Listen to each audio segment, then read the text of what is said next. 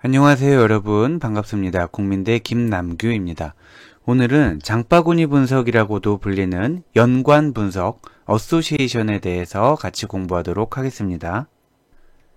구체적으로 살펴볼 내용은 이렇습니다. 우선 어소시에이션의 기본 개념에 대해서 살펴보고요. 그리고 연관 분석을 할 때 어떤 점들을 고려해야 하는지 중요한 이슈들을 살펴볼 예정이에요.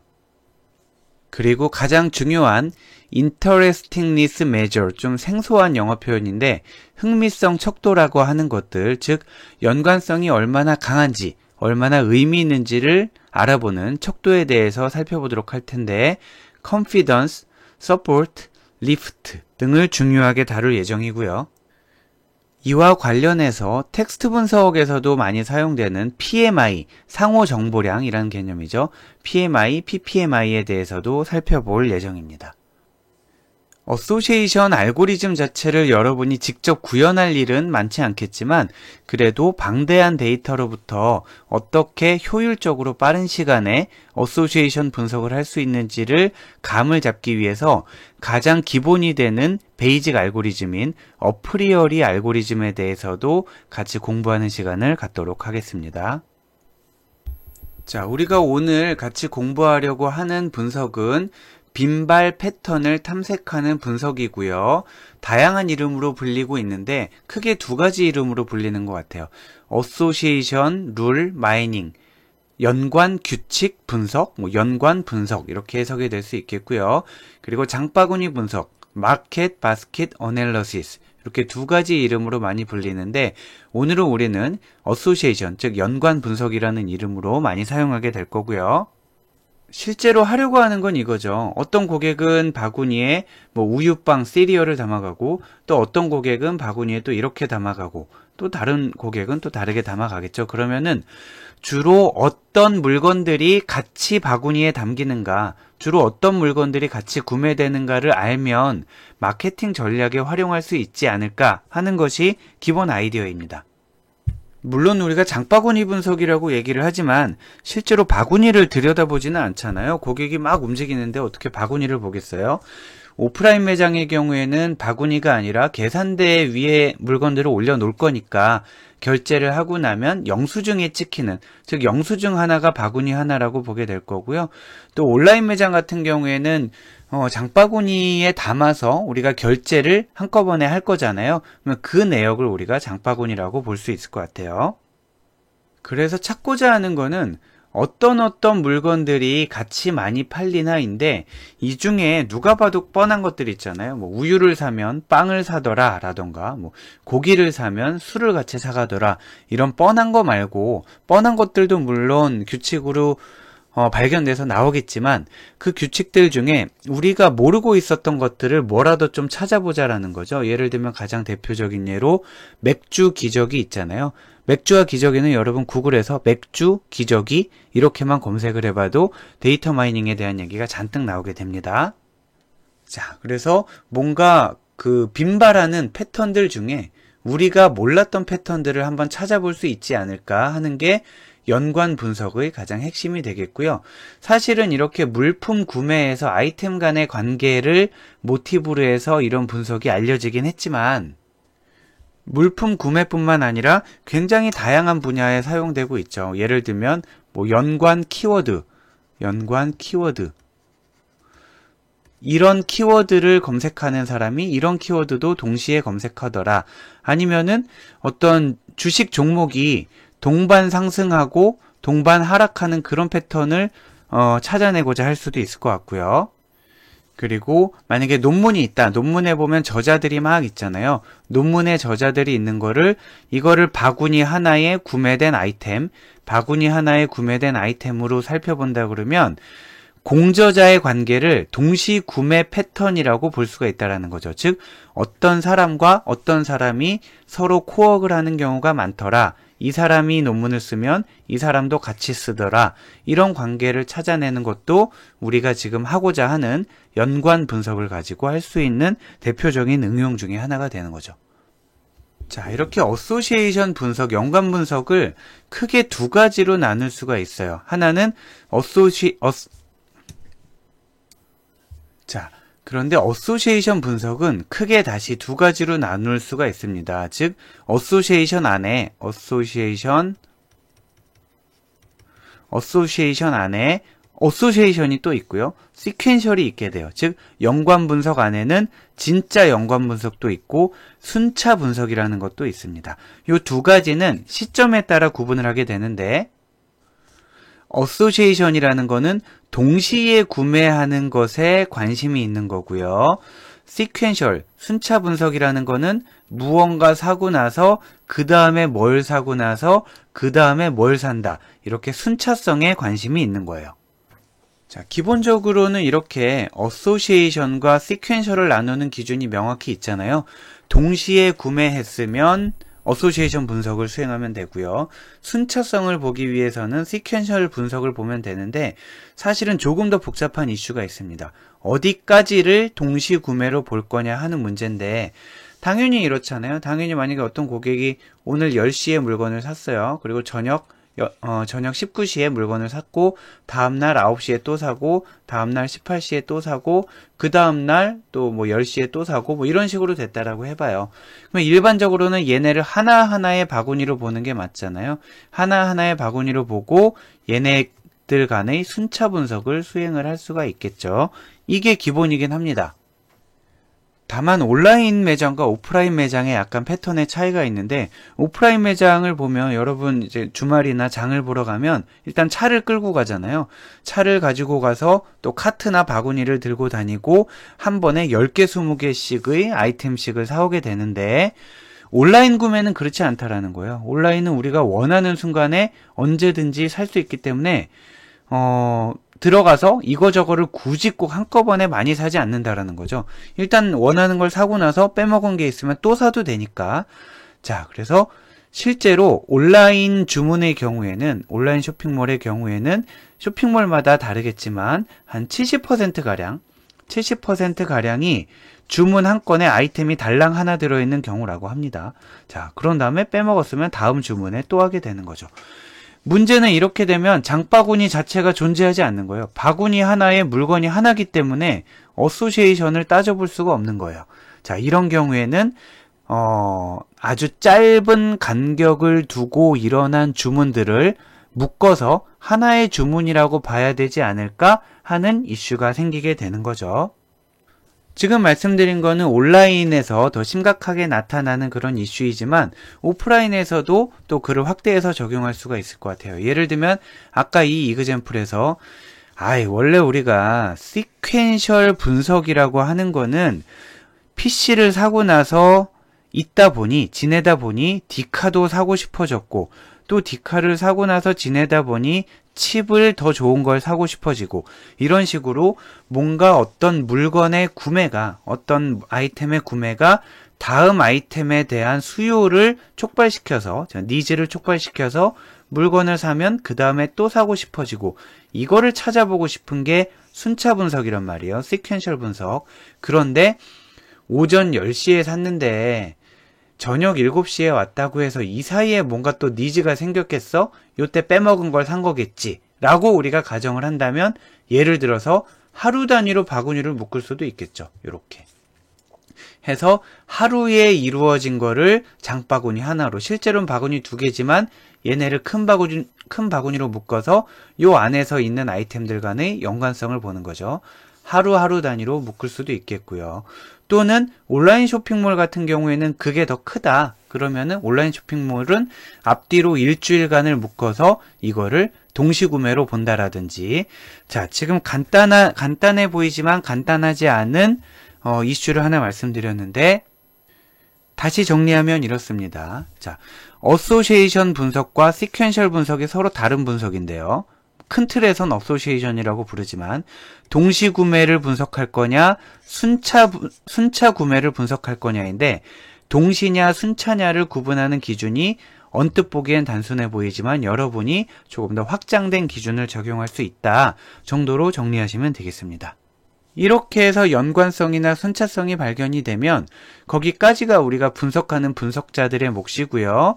그거를 어떻게 활용할 거냐, 여러 가지로 활용할 수가 있겠죠. 예를 들면 카탈로그를 디자인할 때 원래는 뭐 이렇게 카탈로그가 있으면은 뭐 육류 페이지에는 막 육류만 있고 그 다음에 뭐 가구류에는 가구만 있고 이렇게 되는데, 카탈로그를 디자인할 때 만약에 연관성이 높은 물건들, 맥주와 기저귀가 연관성이 높다 그러면 갑자기 무슨 뭐 스페셜 이벤트 이렇게 해서 여기에 맥주와 기저귀를 같이 넣을 수 있다든가, 또는 선반 배치, 뭐 매장 배치. 자, 온라인의 카탈로그 디자인이 오프라인에서는 매장 배치에 해당이 되겠죠. 뭐 보면은 맥주 같은 경우에는 주류 코너에 있을 거고요. 그리고 기저귀 같은 경우에는 뭐 유아 코너에 있을 거잖아요. 전혀 이제 다른 곳에 있겠죠. 그런데 맥주와 기저귀를 인근 선반에 배치를 해 놓는다라던가, 아니면 조금 더 가까운 동선을 설계한다든가 하는 것들이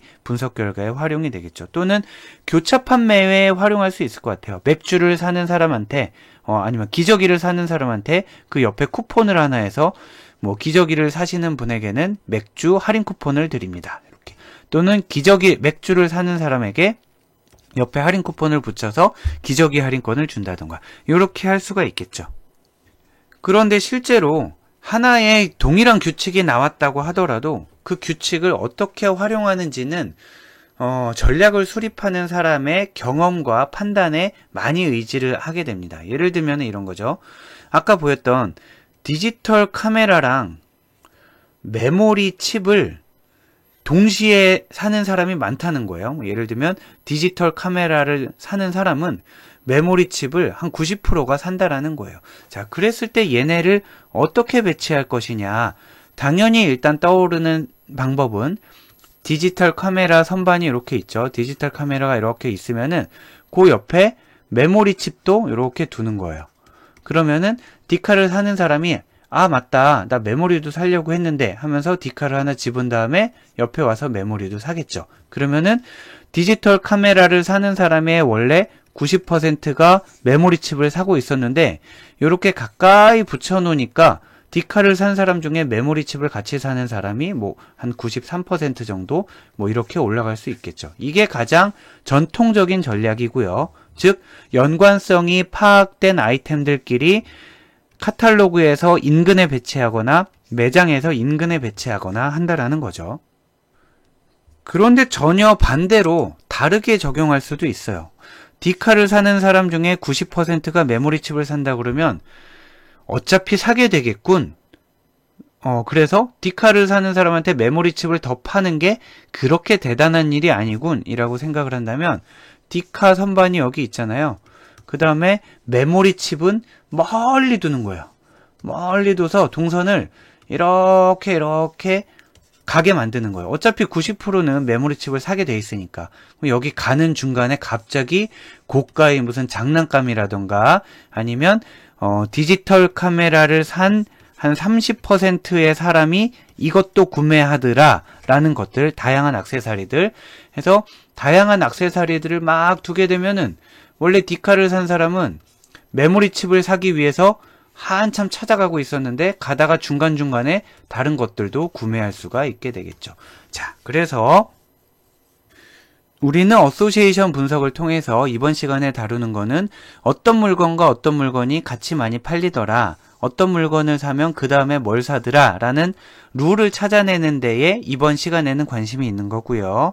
그 룰을 가지고 어디에 활용할지, 그리고 어떻게 활용할지는 이제 전략을 수립하는 단계에서 고민할 일이라고 정리하시면 되겠습니다. 자, 앞에서 잠깐 소개해드린 내용들을 포함해서 연관 분석 관련된 다양한 이슈들을 살펴보도록 하겠습니다. 뭘 분석할 거냐, 즉 무엇을 바스켓으로 정의할 것이냐가 우선 고민해야 할 주제이고요. 이거는 여러분이 만약에 연구를 수행하시던 아니면 프로젝트를 수행하시건 가장 먼저 질문을 던져야 할 내용이다 라고 보시면 되겠습니다.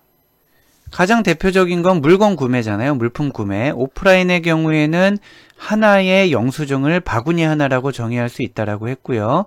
온라인 구매는 아까 말씀드린 그러한 이유 때문에 한 건의 주문을 물론 오프라인처럼 한 건의 주문을 하나의 바구니로 할 수도 있지만 1년 동안 구매한 거를 한 건의 구매라고 볼 수도 있는 거고요. 그리고 특정 고객의 단연간, 이건 고객 단위가 되겠죠. 특정 고객의 그동안 구매 히스토리 전체를 가지고 하나의 장바구니다 라고 할 수도 있다라는 거죠. 다음으로 또 문서의 경우에 문서에 어떤 키워드가 사용되면 어떤 키워드도 같이 사용되더라 해서 이러한 키워드와 이러한 키워드가 굉장히 연관성이 있다라는 거, 그리고 논문의 공저자 관계도 아까 말씀드렸죠. 그리고 동일한 글에 댓글을 단 아이디, 이거는 왜 할까요? 어떤 글이 있는데 여기에 댓글을 달잖아요. 그런데 또 다른 글에도 또 댓글을 달았단 말이에요. 얘네들도 바구니 하나, 얘네들도 바구니 하나. 그래서 만약에 아이디 ABC라는 아이디가 있으면은 이 사람이 글을 남긴 곳에는 꼭 뭐 EFG도 같이 글을 남기더라 해서 얘네들 간에는 관계가 있더라 라는 이런 분석은 왜 할까요? 물론 이런 아이디를 가진 사람과 이런 아이디를 가진 사람이 댓글을 다는 패턴이 비슷한 걸로 보아서 이 두 사람의 성향이 비슷하다라는 그 깨끗한 목적의 분석을 할 수도 있겠지만 댓글 알바생, 댓글 알바를 찾아낼 때 많이 쓰이는 방법이기도 하죠.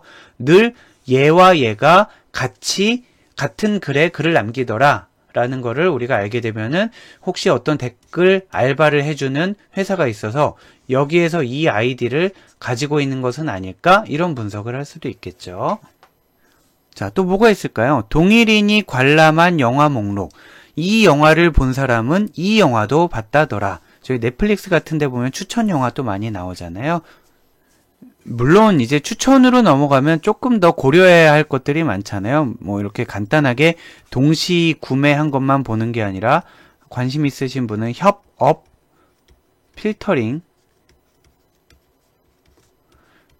자, 협업 필터링이라는 키워드로 한번 검색을 해보셔도 좋을 것 같고요. 해서 이 영화를 보면 이 영화도 같이 보더라 라는 이런 추천을 해줄 수도 있겠고요.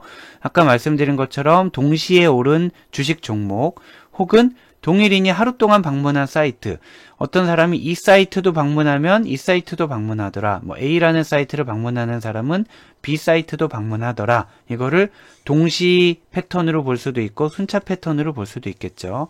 비슷하게 이번에는 관점, 그 방향에 따라 고민을 좀 해봐야 된다라는 거를 유념해 보시면, 어떤 사람이 상점을 방문했단 말이에요. 자, 보면 상점이 있고 여기 사람이 있고 사람이 있게 되는 거죠. 자, 그랬을 때 어떤 사람의 관점에서 이 사람이 방문한 상점들을 묶을 거냐, 반대로 상점 관점에서 그 상점을 방문한 고객들을 묶을 거냐, 이 방향도 여러분이 찾아내야 된다는 거죠.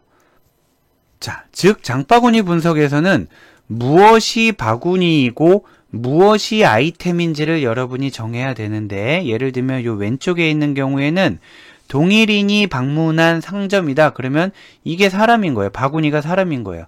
자, A라는 사람이 방문한, 홍길동이라는 사람이 방문한 상점은 A라는 상점이 있고 B라는 상점이 있었고요.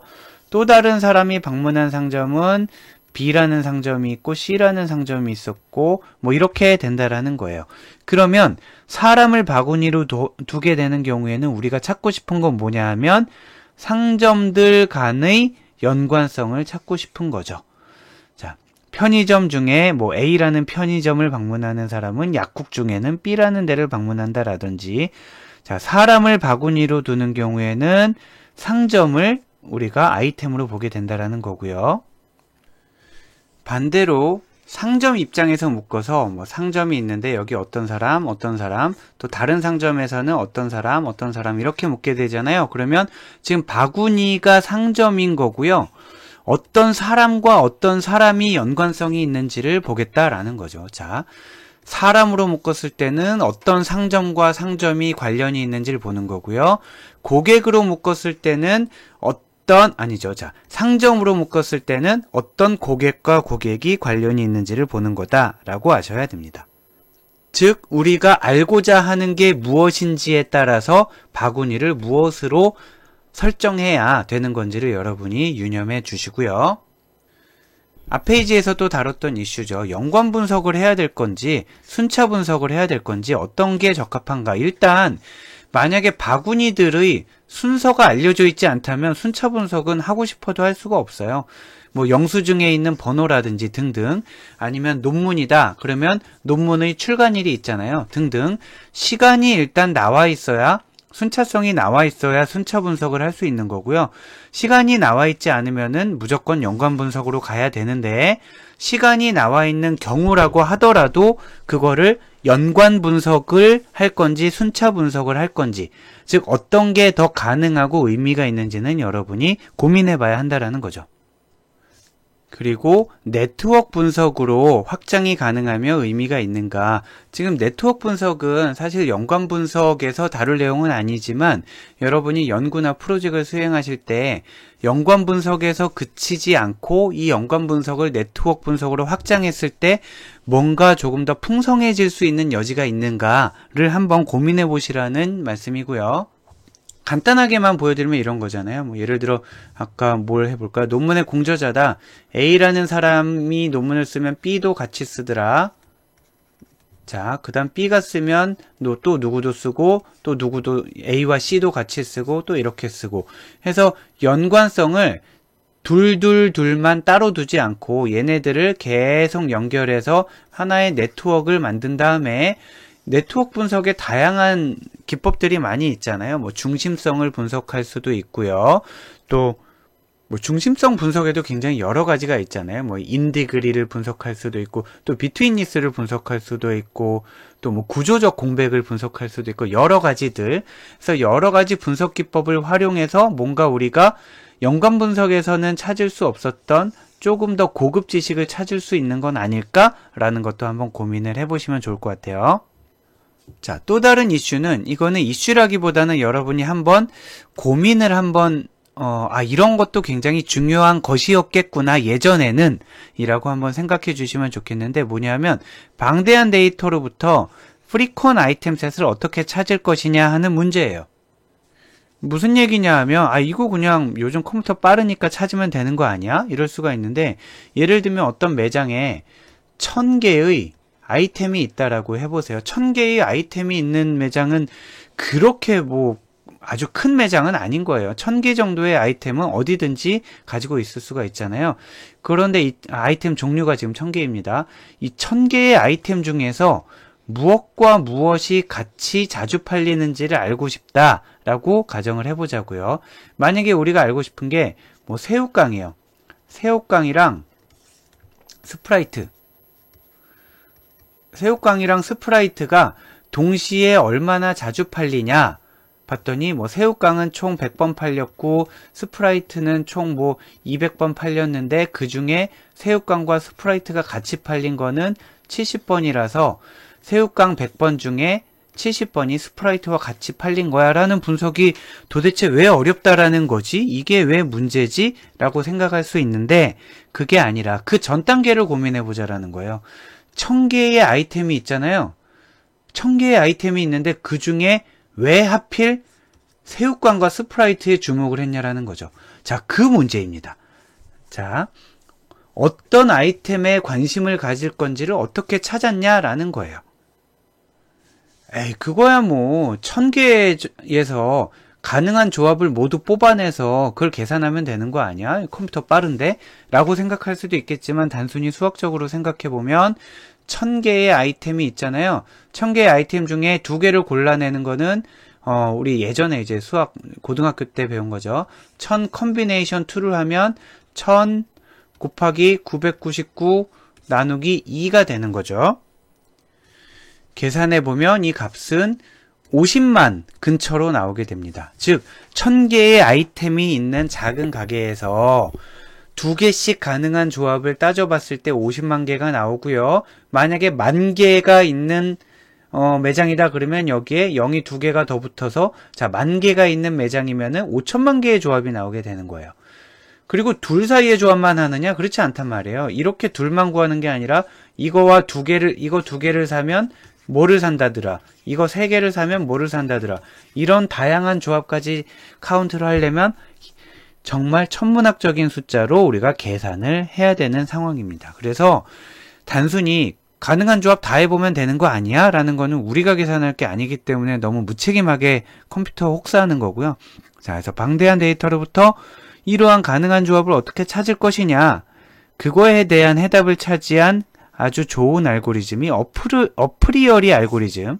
자, 어프리어리 알고리즘이라는 거고, 얘가 있어서 연관 분석이 이제 활성화되게 되었고요.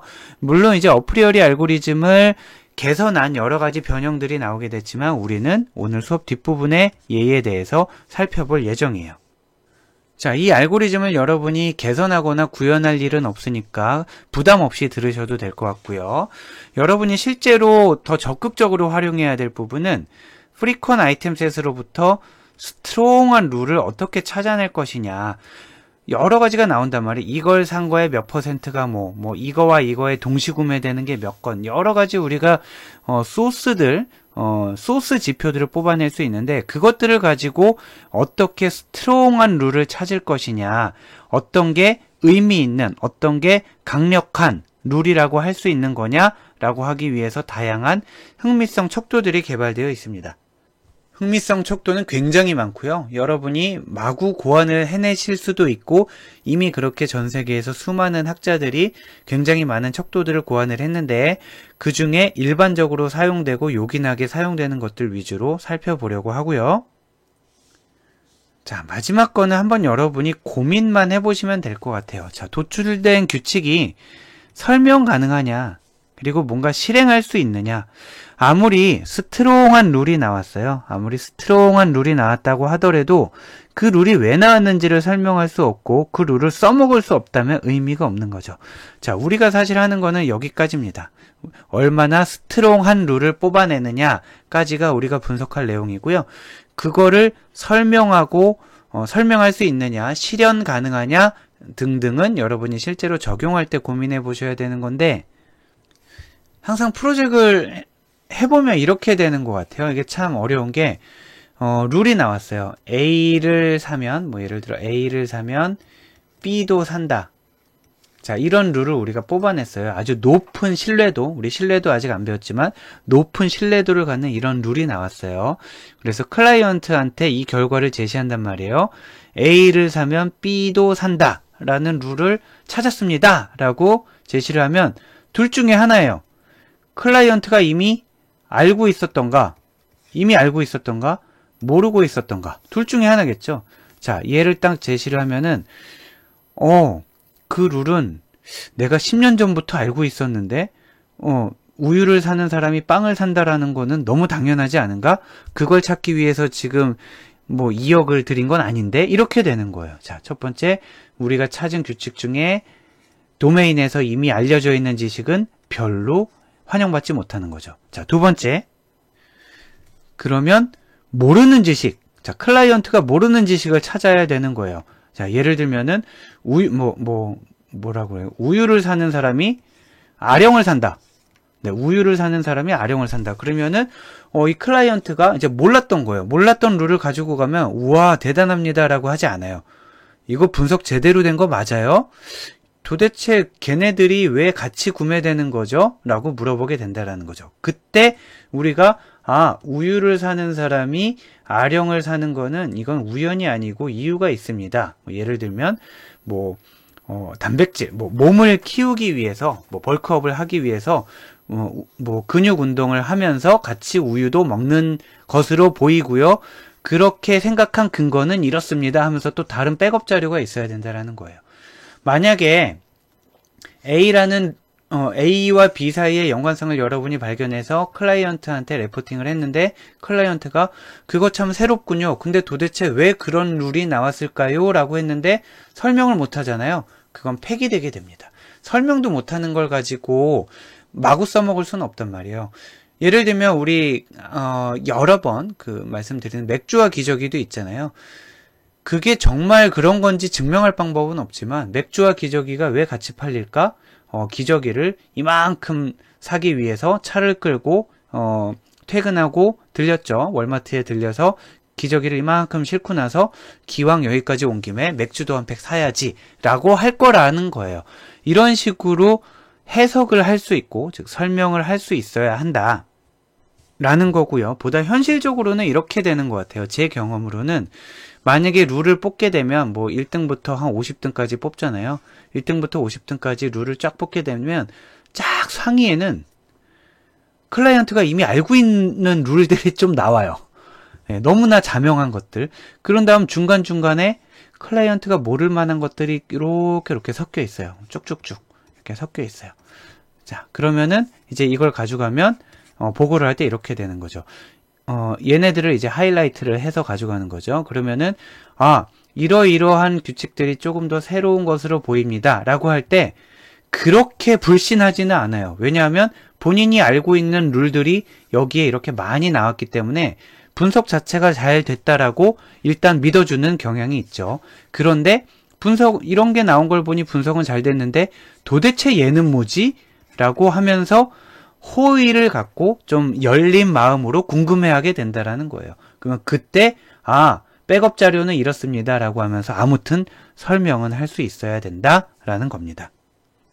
자, 이제 그럼 앞 페이지에서 다루었던 흥미성 척도, 즉 스트롱한 룰을 뽑아내기 위한 여러 가지 자료들을 살펴볼 텐데, 네, Interestingness Measure, 흥미성 척도라고 번역을 하게 되고요. 가장 먼저 쉽게 찾을 수 있는 게 Support라는 척도입니다. 지지도, 우리말로 지지도라고 번역을 하는데, 이 지지도에는 절대 지지도와 상대 지지도 이렇게 구분을 할 수 있는데, 사실은 그냥 지지도라고 하면 상대 지지도를 얘기를 해요. 절대 지지도는 좀 이론적으로 탄탄하게 하기 위해서 절대 지지도라는 개념도 있다라고 보여주는 거고요. 우리가 지지도라고 할 때는 보통 상대 지지도를 많이 의미를 하고, 절대 지지도는 다른 용어로 많이 써요. 무슨 용어로 쓰냐면 frequency란 용어로 많이 쓰게 됩니다. 자, 얘네에 대해서 자세히 살펴볼게요. 자, 첫 번째, 절대 지지도, 사실 frequency라고 이해하는 게 더 좋죠. 특정 아이템 셋을 포함하고 있는 트랜잭션의 수인 겁니다. 예를 들어 지금 장바구니가 하루 종일 팔린 게 이제 4건이에요. 4명의 고객이 왔다 갔어요. 4명의 고객이 왔다 갔는데, 그때 만약에 절대 지지도 A를 구해라 라고 하게 되면은 그거는 곧 카운트 A를 구해라 라는 거고요. 프리퀀시 A를 구해라 라는 거예요. 그러면은 이때 전체 트랜잭션 중에 A가 포함된 바구니가 몇 개냐? 4개잖아요. 그래서 4라고 적게 되는 겁니다. 만약에 절대 지지도로서 서포트 2를 구해라 라고 하게 되면은, 서포트 2를 구해라 라고 하게 되면은 하나, 둘, 그러니까 2 이렇게 되는 거죠. 해서 서포트가 절대 지지도로 사용됐을 때는 카운트, 프리퀀시라는 뜻과 같다라고 정리하시면 되겠습니다. 하지만 실제로는 이 세 가지 표현 중에 카운트와 프리퀀시는 절대 지지도에 사용이 되지만 서포트는 절대 지지도를 나타내는 용도로 잘 사용이 안 돼요. 왜냐하면은 상대 지지도를 나타낼 때 서포트라는 용어를 쓰기 때문에 똑같이 서포트 그러면은 언제 상대고 언제 절대인지 잘 모르잖아요. 그래서 별 특별한 이유가 있지 않은 한은 얘는 쓰지 않아요. 얘는 쓰지 않고 절대 지지도는 카운트나 프리퀀시로 쓰고요. 상대 지지도에 서포트라는 용어를 사용하게 되는데, 그 뜻은 여기가 달라지는 거죠. 자, 아까는 특정 아이템 셋의 수고요. 지금은 전체 트랜잭션 중 이렇게 되는 겁니다. 즉, 요 부분이 추가가 된 거예요. 한번 계산을 해보면 아까 절대 지지도는 A가 4였잖아요. 그런데 이번에 상대 지지도 진짜 서포트를 구해보면 카운트 토탈 분의 카운트 A, 그러니까 카운트 토탈은 바구니가 총 4개잖아요. 바구니가 총 4개니까 4분의 A가 들어간 거는 4. 그러면 서포트는 1.0 혹은 100%가 되는 겁니다. 다른 거 한번 해볼까요? 서포트 2를 구해볼게요. 서포트 2를 상대 지지도로 구해볼게요. 서포트 2를 구해보면 전체 바구니는 총 4개잖아요. 4개 여전히. 그 중에서 2가 포함된 바구니는 2개니까 이때는 0.5.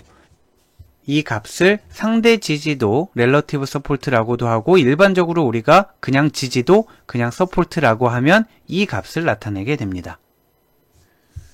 자, 그런데 지지도는 지금 본 것처럼 이렇게 하나의 아이템에 대해서 쓰이는 것보다는 이렇게 두 개의 아이템에 대해서 쓰이는 경우가 더 많은데 사실은 이것도 하나의 아이템은 아니에요. 얘가 아이템 집합이 될 수도 있습니다. 얘도 아이템 집합, 얘도 아이템 집합이 될 수 있는데 일단은 논의를 간단하게 하기 위해서 얘네가 각각 하나의 아이템이라고 보도록 할게요. 자, 그랬을 때 이렇게 하나의 아이템이 전체 중에 몇 번 나왔나 뭐 이렇게 사용될 수도 있지만 보통은 이렇게 사용이 돼요. A와 B. 그리고 아마 설명을 제가 드리고 나면 여기가 왜 교집합이 아니라 합집합이지? 이렇게 여러분이 헷갈리실 수가 있는데 합집합이 맞습니다. 얘는 뭐냐면 A와 B의 서포트는 뭐냐면 전체 트랜잭션 분의 A와 B가 동시에 구매된 트랜잭션 수를 나타내는 거예요. 우리가 동시에 구매된 그러면 교집합이다라고 오해할 수 있잖아요. 근데 그게 아니라 만약에 맥주라는 아이템과 기저귀라는 아이템을 동시에 구매했다라는 거예요. 만약에 맥주 교집합 기저귀 하면은 공집합이잖아요. 그게 아니라 맥주 합집합 기저귀 해야 맥주와 기저귀가 같이 들어있을 거 아니에요. 자, 그래서 합집합이 맞고요. 자, 이렇게 두 개의 아이템 셋이 들어있을 경우에는 전체 중에 두 개가 동시에 출현한 거를 나타냅니다. 예를 들면은 A와 B, 진짜로 A와 B를 구해볼게요. A와 B 말고 A와 D를 구해볼게요. A와 D를 구해보면은 전체 트랜잭션은 여전히 4건이잖아요. 4건 중에 A와 D가 동시에 나온 거는 하나, 둘, 3건이네요. 그래서 4분의 3 하면은 0.75가 이제 이 값이 되는 거예요. A와 D인 경우에 A와 D의 서포트가 0.75가 되는 거죠. 그런데 여러분 헷갈리시면 안 되는 게 보통 이게 완전히 정확한 표현은 아닌데 이렇게 간단하게 A와 D의 서포트를 A와 B의 서포트를 구해라를 이런 식으로 쓸 때가 있는데 이때 이 화살표는 아무 의미가 없어요. 이 화살표를 왜 쓰게 되냐 하면 우리가 뒤에 컨피던스라는 거를 배울 텐데 컨피던스는 방향이 굉장히 중요하거든요. 그래서 A를 산 사람이 B도 같이 사는 신뢰도를 구해라 뭐 이런 식으로 하게 되는데 이 컨피던스랑 노테이션을 맞추기 위해서 서포트에도 화살표를 쓰는 경우가 있는데 서포트에는 화살표가 아무 의미가 없습니다. 틀렸다라고 말할 수는 없지만 아무 의미가 없다라고 이해를 하시면 되겠고 그래서 만약에 서포트 A 화살표 B 하게 되면 그냥 A 합집합 B라고 여러분이 이해를 하시면 돼요. 즉 전체 분의 A, B를 동시 구매한 거 이렇게 계산을 하시면 되겠습니다. 한번 방향에 정말 관계가 없는지 보도록 할까요? C2의 지지도 서포트를 구해볼게요. C2의 서포트 전체 중에 C와 E를 동시에 구매한 건 한 건이잖아요. 자, 이렇게 되는 거죠. 얘도 마찬가지예요. 전체 중에 E와 C를 동시에 구매한 거 한 건이잖아요. 항상 똑같게 되겠죠. 해서 서포트의 경우에는 혹시 룰 안에 화살표를 적더라도 화살표의 방향이 전혀 관계가 없다라는 것에 주의하시고 정리하시면 되겠습니다. 자, 다음으로는 가장 널리 사용되는 척도입니다. 신뢰도, confidence라고 하는 거고요. 여러분 조건부 확률 아실 텐데 기억하시면은 조건부 확률이 곧 신뢰도다 이렇게 정리하시면 되겠어요. 뭐냐면 아이템셋 A를 포함하는 트랜잭션 중, 자, 아까 서포트 같은 경우에는 전체 트랜잭션 중이었잖아요. 자, 그런데 이번에는 아이템 A를 포함하는 트랜잭션 중, 아이템 A, B를 모두 포함하는 트랜잭션의 비율, 즉 서포트랑 비교했을 때 컨피던스는 분자는 같아요.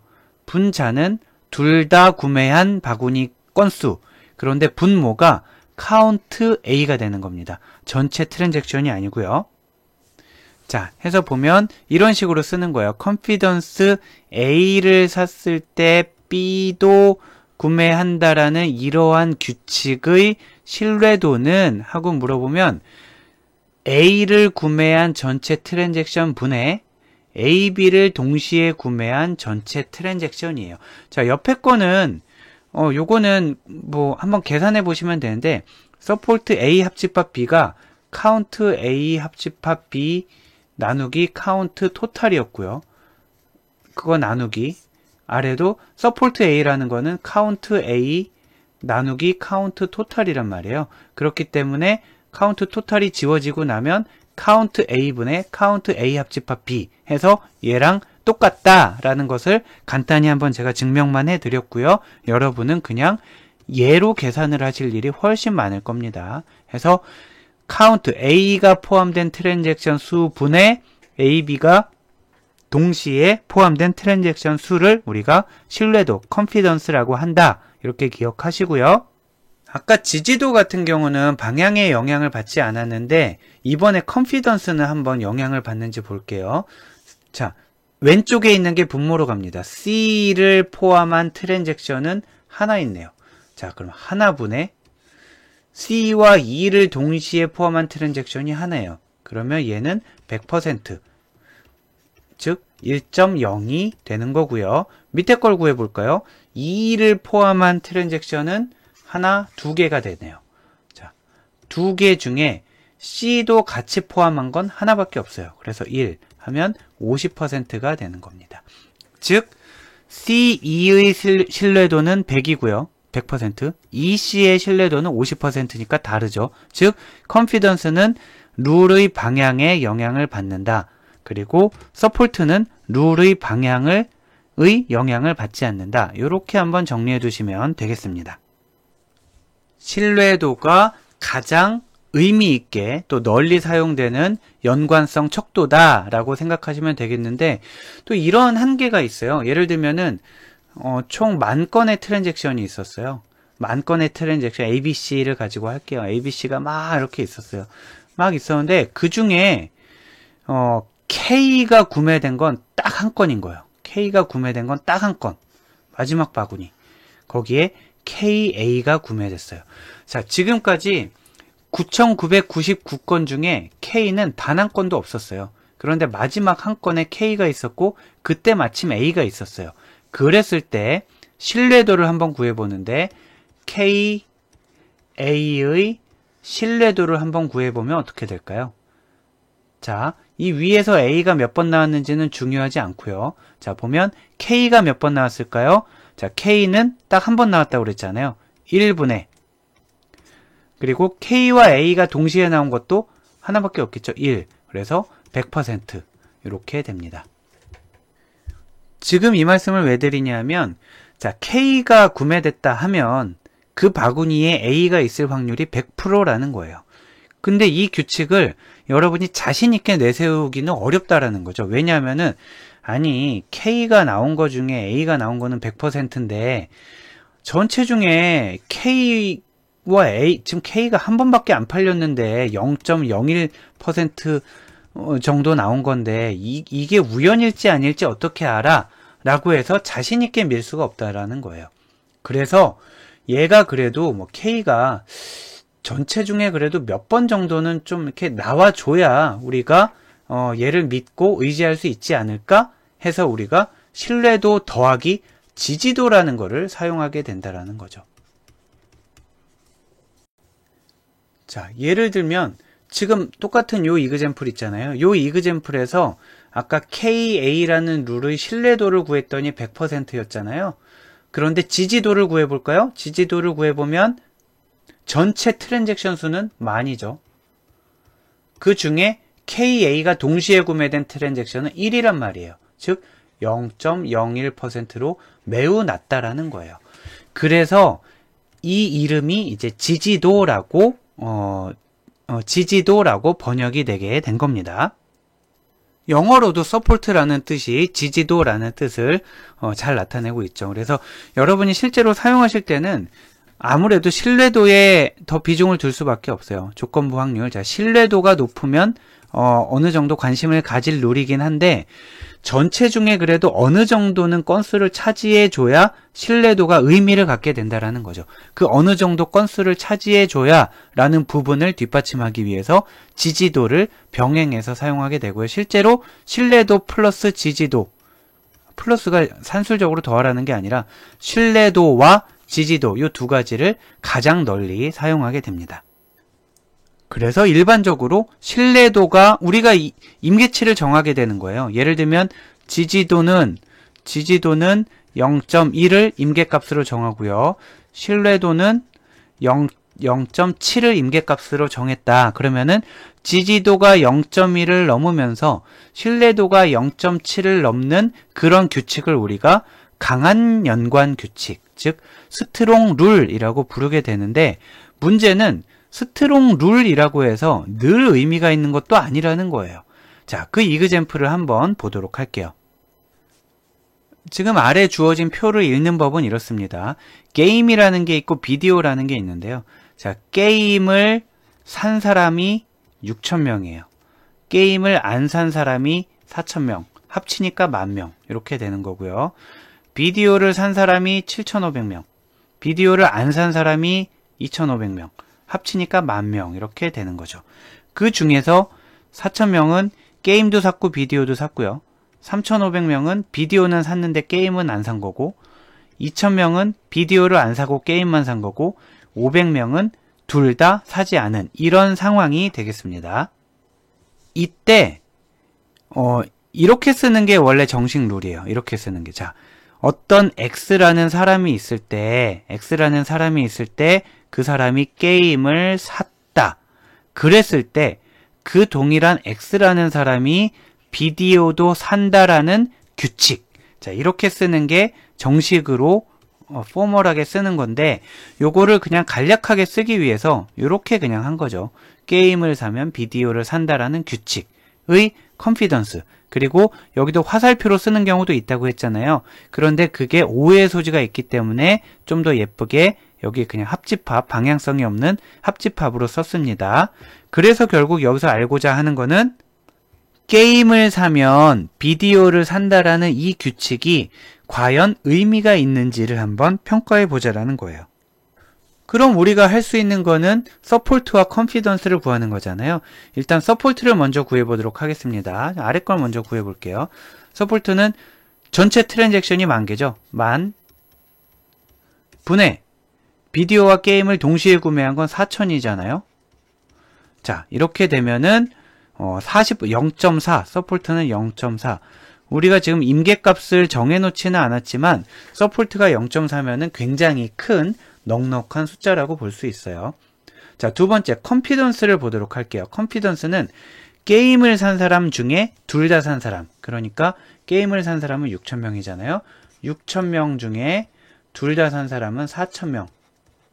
그러면 얘는 3분의 2가 되니까 67%, 0.67 이렇게 되겠죠.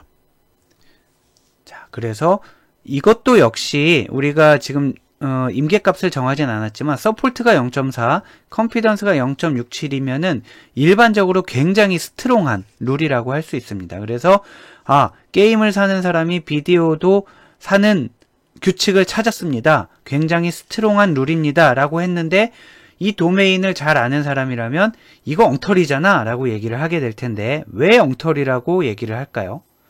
자, 한번 이 표를 들여다보시고 고민을 해보세요. 자, 한번 설명을 드리면 자, 컨피던스를 다시 가볼까요? 게임을 산 사람 중에 무려 67%가 비디오를 사니까 게임의 구매가 비디오의 구매에 긍정적인 영향을 주고 있다라고 주장을 하는 거란 말이에요. 지금 게임의 구매가 비디오의 구매를 촉진시킨다라고 주장을 하는 건데 진짜 그런지 한번 보면은 그냥 게임과 관계없이 전체 고객을 봐요. 전체 고객. 자, 전체 고객 10,000명이 왔어요. 그 중에 몇 명이 비디오를 샀나요? 네, 7,500이란 말이에요. 그러니까 그냥 게임과 관계없이 전체 고객의 75%가 원래 비디오를 사요. 전체 고객의 75%가 비디오를 사는데 오히려 게임을 산 사람의 67%가 비디오를 샀다라는 거는 게임을 산 사람은 비디오의 구매를 떨어뜨리는 경향이 있다라는 거예요. 오히려 비디오의 구매를 촉진시키는 게 아니라 비디오의 구매를 막는 그런 경향이 있다라는 거죠. 이 수치로만 봤을 때는 굉장히 큰 수치인 줄 알았는데 그냥 전체 고객의 수치를 봤더니 오히려 전체 고객의 일반적으로 나타나는 경향보다도 낮았다라는 거죠. 자, 이러한 현상이 왜 생겼을까요? 즉, 수치상으로는 컨피던스 서포트가 모두 높은데 실제로는 의미 없는 룰이 나오는 이러한 현상은 왜 생겼냐면 어떨 때 생기냐면 요 우측에 있는 아이템 있잖아요. 비디오가 워낙 히트하는 아이템일 때는 그래요. 자, 비디오가 히트하는 아이템일 때는 왼쪽에 뭐가 오든지 이 컨피던스 자체, 서포트 자체가 높아지는 경향이 있어요. 지금도 보면 비디오는 10,000명 중에 7,500명이 구매하는 아주 핫한 아이템이란 말이에요. 그래서 이 수치가 높은 게 실제로 얘네 둘 사이에 연관성이 높아서 수치가 높게 나온 게 아니라 비디오 자체가 워낙 핫해서 과평가되었다라는 거죠. 그래서 이러한 현상이 발생하는 거를 제대로 평가하기 위해서 신뢰도와 지지도 이외에 추가적인 척도가 필요하게 되는데 그걸 우리가 향상도라고 하게 됩니다. 물론 신뢰도, 지지도, 향상도 이외에도 굉장히 많은 척도들이 몇백 개 있어요. 있지만 일반적으로 사용되는 거는 신뢰도, 지지도, 향상도 이렇게 세 가지라고 보시면 되겠고 리프트, 향상도는 A의 구매가 B를 얼마나 끌어올렸냐라는 것에 초점을 두고 있고요. 수식은 이렇게 나타낼 수가 있겠습니다. 즉 A와 B의 리프트는 이 리프트 역시 화살표로 안에 쓰는 경우도 있지만 화살표가 아무 의미가 없어요. 무방향성이고요. 자, A와 B의 구매에 대한 향상도는 A의 서포트, B의 서포트 분의 둘 다 절대 지지도예요. 분의 A와 B를 동시 구매한 서포트 이렇게 되는 겁니다. 수치를 한번 계산을 해보면 자 분모부터 볼까요? 자 게임의 상대 지지도, 게임의 서포트는 전체 10,000개 중에 6,000개를 산 거예요. 자 게임의 서포트. 그 다음 비디오의 서포트는 10,000개 중에 7,500개를 샀잖아요. 자 이렇게 됩니다. 그리고 위에 A와 B의 서포트는 10,000개 중에 4,000개를 산 거잖아요. 그래서 10,000개 중에 4,000 이렇게 됩니다. 자, 이 계산을 한번 해보면 위에는 0.4가 되고요. 아래는 0.6, 0.75를 곱해야 되니까 곱하면 0.45가 될 거고요. 그러면 0.45분의 0.4분은 딱 봐도 1보다 작잖아요. 얘는 0.89 이렇게 계산이 됩니다. 그러면 리프트는 어떻게 활용하느냐? 리프트는 크다 작다라는 데에 의미가 있다라기보다 뭐 값이 클수록 좋다 이게 아니고요. 1을 기준으로 평가를 하게 됩니다. 만약에 리프트 값이 1이 나오면 서로 독립이에요. 서로 상관없다라는 거예요. 예를 들어서 리프트 게임 비디오 값이 1이 나왔다. 그러면은 게임을 사는 게 비디오의 구매에 긍정적인 영향을 미치느냐 부정적인 영향을 미치느냐 그러면 아무 영향도 안 미친다 이렇게 되는 거예요. 게임을 샀다고 비디오를 더 사는 것도 아니고 덜 사는 것도 아니고요. 만약에 리프트가 1보다 작은 지금 0.89니까 이 케이스가 되겠죠. 그러면 negatively correlated 해서 게임을 사면 오히려 비디오를 구매를 막는 경향이 있는 거고요. positively correlated는 리프트가 1보다 큰 경우 만약에 뭐 1.8 이렇게 나왔다 그러면 1보다 크잖아요. 그 경우에는 게임을 사는 사람이 게임의 구매가 비디오의 구매를 촉진시킨다 이렇게 얘기할 수가 있는 거죠. 자, 동일한 이그젬플로 한번 요거는 여러분이 해보세요. 핫도그를 사면 버거를 산다 라는 것에 대한 리프트를 구하는 건데 여기에 물론 화살표로 나와 있지만 사실은 화살표는 큰 의미가 없다고 그랬죠. 자, 해서 핫도그를 사면 버거를 사는 것에 대한 리프트가 과연 1보다 큰지 작은지를 여러분이 계산을 해보시길 바라고요. 그러면 지금 우리가 세 가지 척도를 배웠잖아요. 하나는 서포트라는 거를 배웠고요. 또 하나는 컨피던스라는 거를 배웠고요. 또 하나는 리프트라는 거를 배웠고 이렇게 세 가지를 배웠는데 실제로 활용할 때는 어떤 식으로 우리가 의미 있는 룰을 고르게 되냐 하면 일단 리프트가 1 이하인 거는 천해요. 자, 리프트가 1 이하라는 거는 자, 오히려 구매를 방해하거나 독립인 거를 우리가 추천할 수는 없잖아요. 그런 룰을. 그래서 일단은 1보다 큰 거, 즉 positively correlated 된 것을 골라내고요. 그 중에서 서포트를 미니멈 스레시홀드를 줘요. 너무 건수가 몇 개 안 되면 우연히 높게 나타날 가능성이 있으니까 최소한 서포트는 0.1보다는 커야 된다 이런 식으로. 즉 리프트는 1보다 크게 해야 되는 게 일반적이고요. 그리고 서포트는 우리가 주는 임계값이 있어서 0.1보다 큰 거 이렇게 한 다음에 컨피던스 순으로 내림차순으로 정렬을 해요. 그러면 1등부터 몇 등까지 쭉 나오잖아요. 그러면 걔네들 중에 뭐 탑 50개의 룰을 뽑는다 이런 식으로 되는 거죠. 자, 다시 정리하면 만약에 우리가 탑 50개의 룰을 뽑고 싶다. 그러면은 리프트가 1보다 큰 것만 먼저 골라내고 그 다음에 서포트가 우리가 준 임계값보다 큰 거를 또 골라내서 그 다음 컨피던스로 정렬해서 위에서 50개를 뽑으면 그게 의미 있는 룰 50개의 후보가 된다. 이렇게 정리하시면 되겠습니다.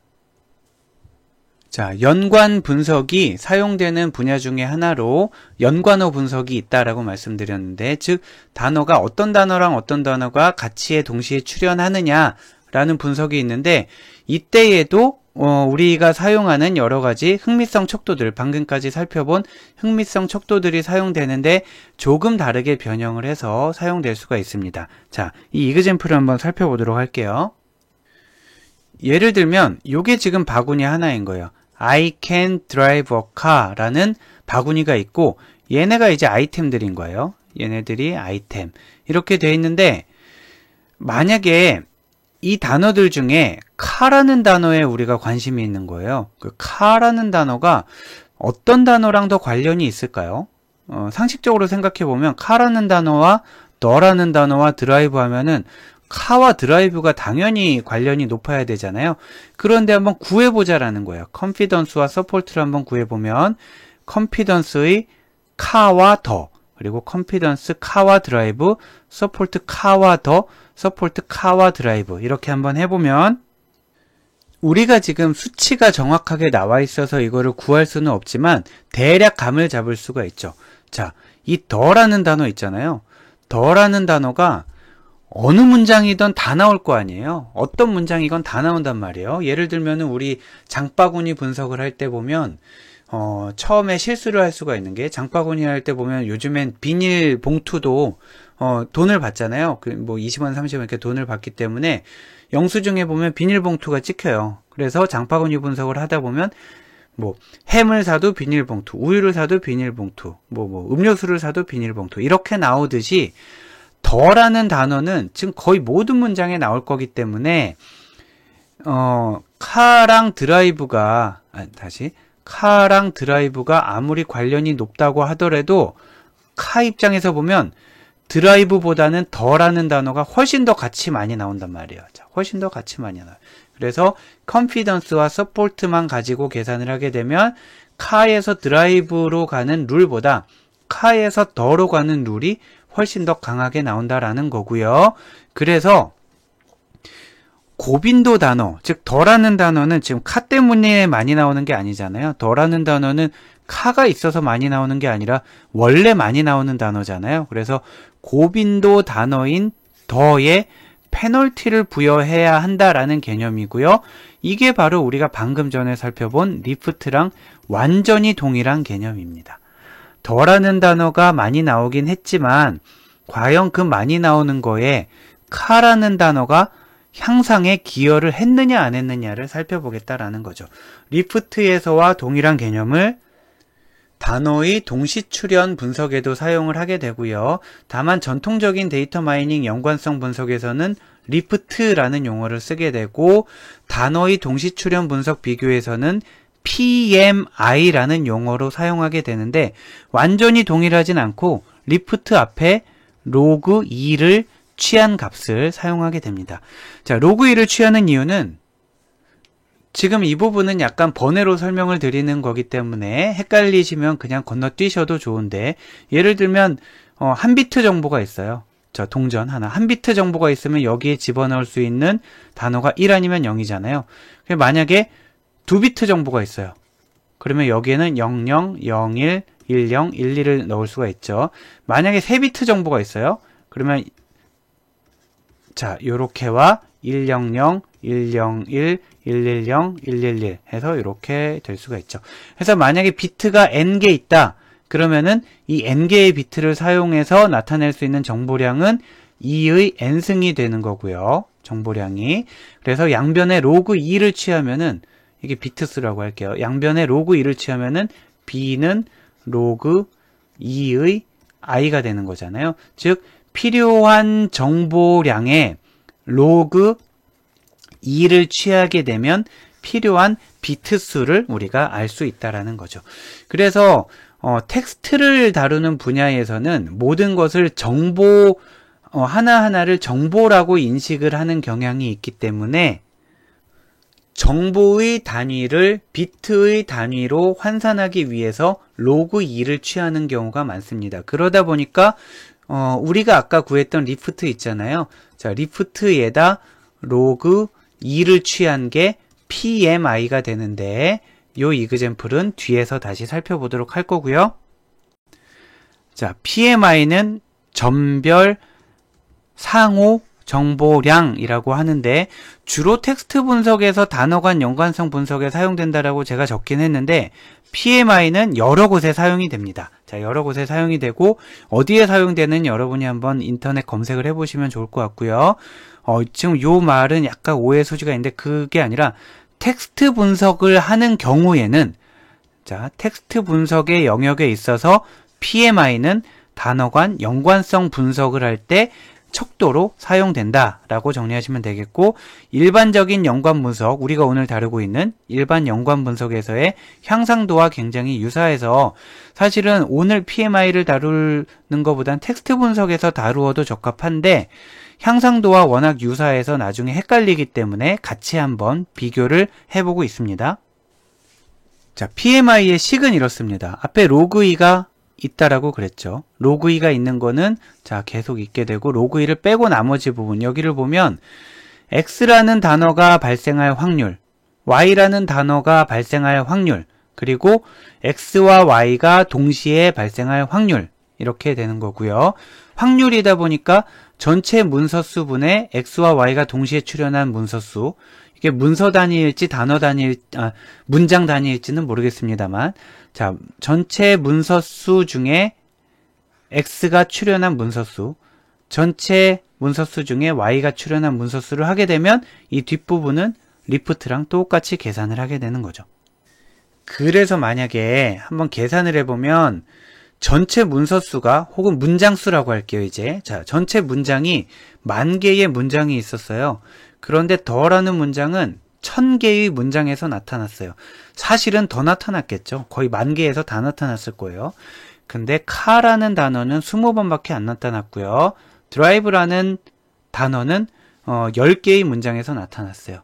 근데 카라는 단어가 20개 문장에서 나타났는데 카와 더가 동시에 출현한 문장이 10개였다라는 거죠. 그리고 카와 드라이브가 각각은 20번, 10번 나타났는데 동시에 출현한 게 5번이라는 거예요. 그러면 지금 보면 카와 더가 동시에 출현한 게 10번이고요. 카와 드라이브가 동시에 출현한 게 5번이면은 10번이 더 많이 나온 거잖아요. 하지만 우리의 취지는 더라는 단어는 워낙 흔해 빠진 단어니까 여기서 10번 나온 게 대단하지 않다. 이거를 만들어주고 싶은 거잖아요. 자, 그래서 이 식에 집어넣어서 계산을 해보면요. 네, 이 식보다는 요 마지막에 있는 요 식이 한 번 더 약분이 돼서 더 편할 것 같은데, 자, 보면은 전체 문장의 수는 만이죠. 전체 문장의 수는 만이고요. 그리고 더와 카가 동시에 나타난 문장의 수는 10번이고요. 그리고 더가 나타난 문장의 수는 1000이고요. 카가 나타난 문장의 수는 20입니다. 그리고 얘를 계산한 다음에 거기 로그 2를 취했더니 2.32가 나왔다고 하고요. 마찬가지로 카와 드라이브에 대해서도 한번 해봤더니 전체 문장 수 그대로 있고요. 카와 드라이브 동시에 나온 수, 그리고 카와 드라이브 각각 나온 수에다가 로그 2를 취했더니 7.97이 나왔다라는 거죠.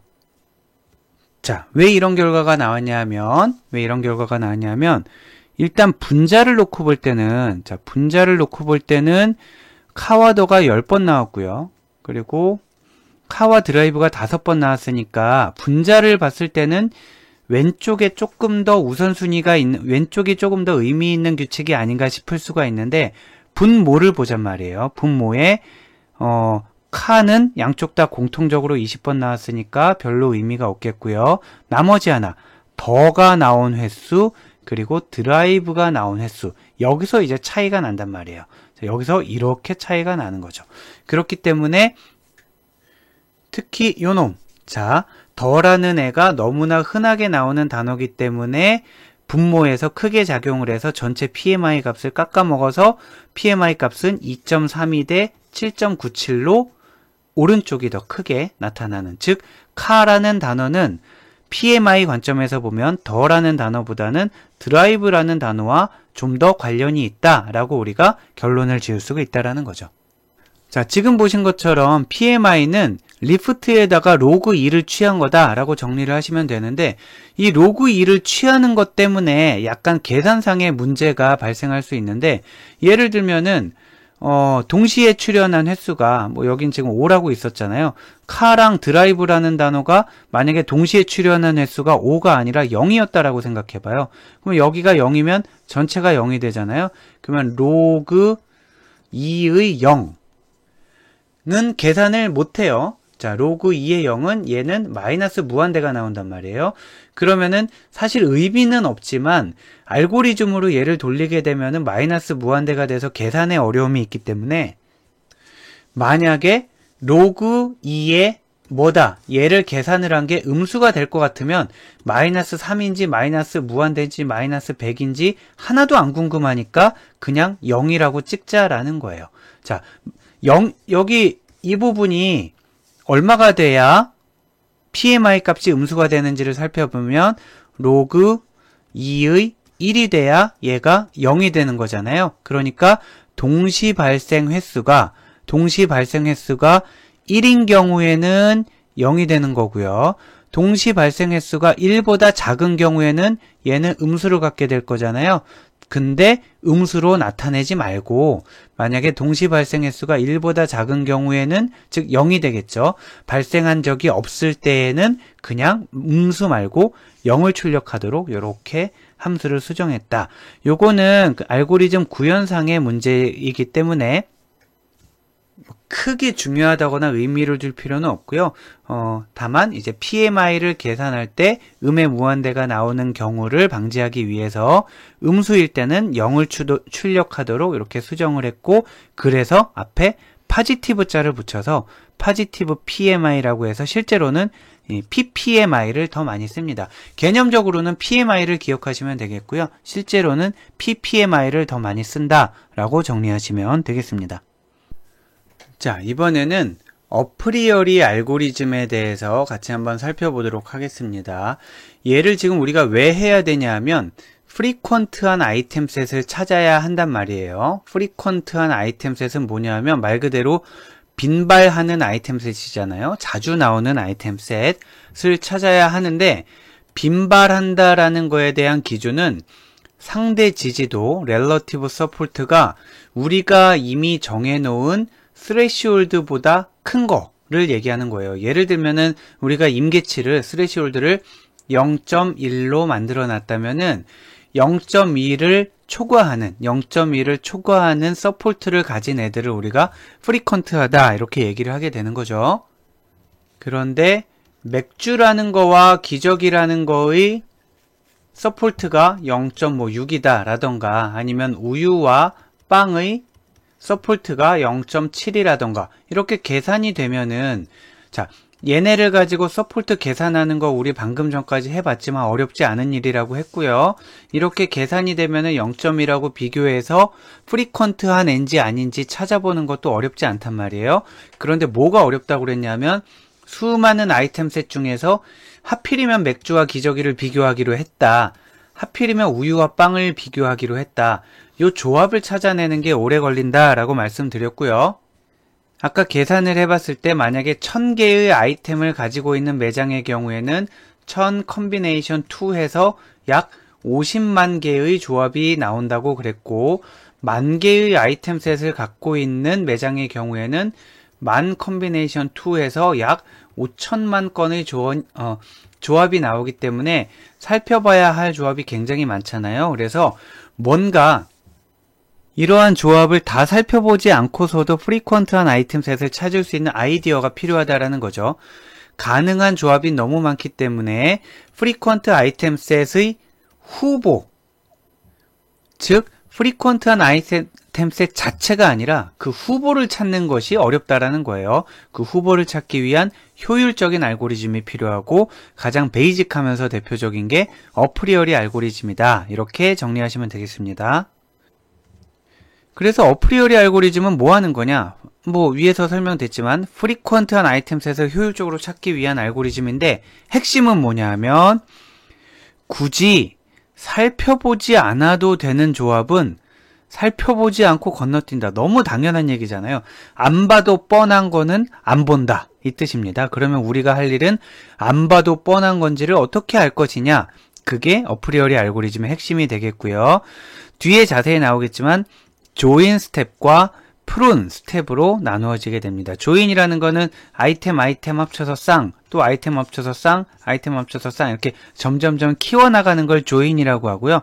프룬이라는 거는 가지치기잖아요. 해서 우리가 조인 스텝에서 우리가 살펴봐야 할 가지수를 막 여러 가지를 만들어가고 그 중에 안 봐도 뻔해 라는 거를 자 이렇게 키워나가는 과정이 조인, 그리고 쳐내는 과정이 프룬, 이렇게 되겠습니다.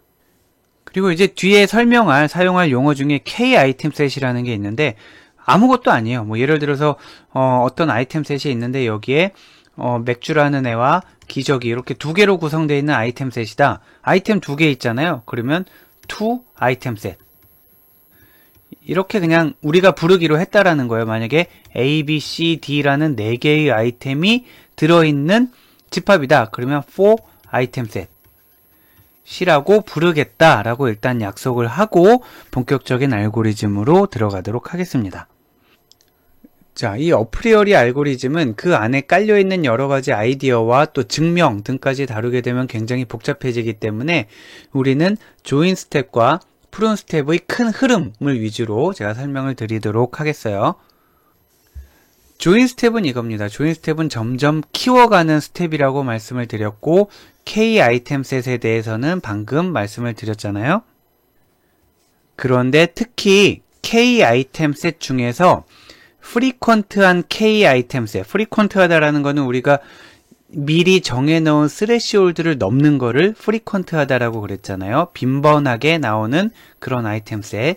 자, 만약에 2 아이템 셋이 A와 B로 구성이 되어 있는데, 만약에 이 아이템 셋이 굉장히 빈번하게 나온다. 그러면은 얘를 우리가 L2라고 이렇게 쓰기로 약속을 한 거예요. 자, large L이라는 기호를 우리는 어떻게 쓸 거냐면 frequent item set 이렇게 쓸 겁니다. 그래서 large L 만약에 4 하게 되면은 4개로 구성된 아이템 셋인데 얘네들이 빈번하게 나오는 거를 우리가 frequent item set L4라고 부르겠다라고 또 약속을 한 거예요. 이 상황에서 아이템 셋이 두 개가 있어요. I1과 I2가 있어요. I1과 I2가 있는데 얘네는 지금 frequent item set LK-1이기 때문에 각각은 아이템이 K-1개씩 들어있어요. 여기에도 K-1개가 들어있고요. 여기에도 K-1개가 들어있어요. 이렇게 돼 있을 때 조인 스텝은 어떻게 작업을 진행하냐면 얘네 각각을 오름차순으로 정렬합니다. 오름차순으로 정렬, 아래 것도 오름차순으로 정렬. 이렇게 한 다음에 얘네 두 개를 결합해서 자 K-1개짜리, K-1개짜리를 결합해서 K개짜리 아이템 셋을 만들어내는 게 목적이에요. 자, 다시 K-1개짜리 아이템 셋, K-1개짜리 아이템 셋을 결합을 해서 K개짜리 아이템 셋을 만드는데 그거를 우리가 CK라고 부릅니다. 캔디데이트 후보 해서 CK라고 부르게 됩니다. 그런 다음에 이 후보인 CK가 실제로 프리퀀트한지 아닌지를 세어봐요. 세어본 다음에 프리퀀트하다면 얘가 LK가 되는 거고요. 프리퀀트하지 않다면 그냥 날아가게 되는 겁니다. 자, 지금까지의 과정을 다시 한번 적어놓으면 LK-1짜리 아이템 셋 하나, LK-1짜리 아이템 셋 하나 두 개를 결합을 해서 CK. 자, 아이템 셋의 크기가 하나 증가했죠. CK를 만든 다음에 얘가 프리퀀트한지 아닌지 실제로 살펴봐서 LK가 되는 혹은 날아가는 이런 과정을 거치게 되는 거죠. I1과 I2 두 개를 합쳐서 LK의 후보인 CK를 만드는 과정이다. 그런데 여기에 이제 어프리오리 알고리즘의 조인 스텝에 하나 특징이 있는데 그냥 마구 합쳐지는 게 아니고요. 얘네 두 개가 서로 합쳐지려면 맨 뒤에 아이템만 다르고 그 나머지 앞에 것들은 모두 동일해야 된다라는 거예요. 예를 들면은 지금 4개짜리 4개짜리 합쳐서 5개짜리를 만들려고 해요. 그러면은 얘와 얘를 비교해보면 2, 5, 7, 2, 5, 7 똑같잖아요? 그러면 2, 5, 7이라고 써줘요. 그런 다음에 나머지 다른 애들 하나씩 8, 9, 요거를 8, 9 이런 식으로만 결합이 가능하다라는 거죠. 자, 하나만 다르다고 다 되는 게 아니라 반드시 앞에 건 다 똑같고 맨 뒤에 것만 달라야 됩니다. 이런 경우는 안 된다라는 거예요. 2, 5, 8, 2, 5, 8 세 개가 갖고 하나가 다르니까 2, 5, 6, 7, 8이 되느냐? 이거는 안 되고 위에 거는 됩니다. 요거는 이제 좀 증명 부분을 생략해서 왜 위에는 되고 아래는 안 되지 이럴 수가 있는데 우리가 하나짜리 아이템에서부터 계속 이 과정을 통해서 만들어 오기 때문에 만약에 이런 애가 생길 거였다면은 그 이전에 다른 조합이 이미 만들어졌어야 돼요. 즉 이런 경우는 안 생긴다라는 거예요. 그래서 이 부분은 조금 여러분이 어떻게 받아들이시기 어려울지 모르겠지만 이 알고리즘에서 정한 프로세스 자체는 이런 식으로 앞에 것들을 세 개 앞에 것들이 다 동일하고 뒤에 거 하나만 다른 경우에 결합, 즉 조인이 형성된다. 이렇게 정리하시면 되겠고요. 이런 경우는 만들어지지 않는다. 왜냐하면 앞에 그 하나짜리에서부터 2개짜리, 3개짜리, 4개짜리가 만들어지는 과정에서 늘 정렬을 먼저 수행하고 했기 때문에 위의 것만으로도 가능한 조합을 모두 만들 수 있다라고 기억을 하시면 되겠습니다. 자, 다시 우리가 기억하실 거는 K-1개짜리 두 개를 합쳐서 CK를 만드는 과정인데 CK를 만들 때 맨 뒤에 하나만 서로 다르고 앞에 건 동일해야 된다. 그게 조인 스텝의 핵심이 되겠습니다. 자, 조인 스텝에 이어서 프룬 스텝을 알아보도록 할 건데 사실은 어프리오리 알고리즘의 핵심은 이 프룬 스텝에 있다라고 보셔야 할 것 같습니다. 뭐냐면 우리가 앞에 조인 스텝에서 가능한 한 모든 CK는 다 찾아냈단 말이에요. 하나짜리, 2개짜리, 3개짜리, 4개짜리에서 모든 조합을 다 찾아냈을 건데 그 CK 자체가 너무 많단 말이죠. 우리가 찾아낸 CK들은 아직은 빈발하지는 않지만 실제로 그 CK가 몇 번이나 발생했는지를 눈으로 들여다본 다음에 만약에 임계치를 넘었으면 LK가 되는 거고요. 넘지 못했으면 아웃되는 거고 이렇게 해야 되잖아요. 그런데 CK가 너무너무 많은 경우에는 이거를 다 들여다봐서 LK로 갈지 아닐지 결정하는 것 자체가 비효율적이다라는 거죠. 그래서 우리는 어떻게 하려고 하냐면 CK들을 수없이 많이 만들었잖아요. 얘를 일단 둘로 나눠요. 안 봐도 탈락할 CK들 그리고 좀 더 들여다봐야 할 CK들. 그래서 안 봐도 뻔한 CK들은 그냥 날려버리는 거고요. 그리고 들여다봐야 알 것 같은 CK들은 못 넘었으면 날리고 넘었으면은 LK로 이렇게 가져간다라는 거죠. 즉 얘를 다 들여다보는 게 아니라 이 중에 안 봐도 뻔한 애들은 실제 카운트를 해볼 필요 없이 날리고 이 중에 아주 일부에 대해서만 실제 카운트를 할 수 있게 함으로써 빨리 우리가 LK를 찾을 수 있다. 이게 핵심이 되겠습니다. 그리고 이 아이들로부터 얘네를 쳐내고 얘네만 남겨놓는 이 과정을 우리가 푸른 스텝이다 라고 얘기를 해요. 다시 한번 설명을 살펴볼까요? 너무 많은 CK가 생성됐는데 이들 중에 딱 봐도 가망성이 없는 애들이 있단 말이에요. LK가 될 가능성이 없는 애들은 카운트를 셀 필요 없이, 즉 프리퀀트를 알아볼 필요 없이 곧바로 CK에서 제거를 한다. 이렇게 하는 거고요. 얘를 구체적으로 어떻게 하는지가 아래에 있는 설명에 나와 있습니다. 자, 그런데 요 설명이 정확한 설명이긴 한데 조금 어렵단 말이에요. 그래서 설명이 어려우니까 이그젬플을 하나 보도록 할게요. 만약에 우리가 스레시홀드를 비율로 하지 않고 횟수로 한번 해볼게요. 쉽게 10번을 넘으면, 즉 10번 이상 되면 프리퀀트 하다라고 우리가 가정을 할게요. 만약에 A와 B가 10번을 넘었어요. 자, 그 말은 뭐냐면, 자, 이렇게 할까요? A와 B가 동시에 출현한 게 10번 이상이었어요. 그렇다면 A와 B와 C가 동시에 출현한 거는 10번을 넘을 수 있을까요? 없을까요? 네, 이거는 넘을 수도 있고 안 넘을 수도 있단 말이에요. 이거는 이제 들여다봐야 아는 상황이 되는 거예요. 자, 이런 거야말로 우리가 실제로 카운트를 해야 하는 상황이 되겠고요. 만약에 반대로 A와 B가 10번 미만이었어요. 그런데 A와 B와 C가 10번 이상이 될 수 있을까요?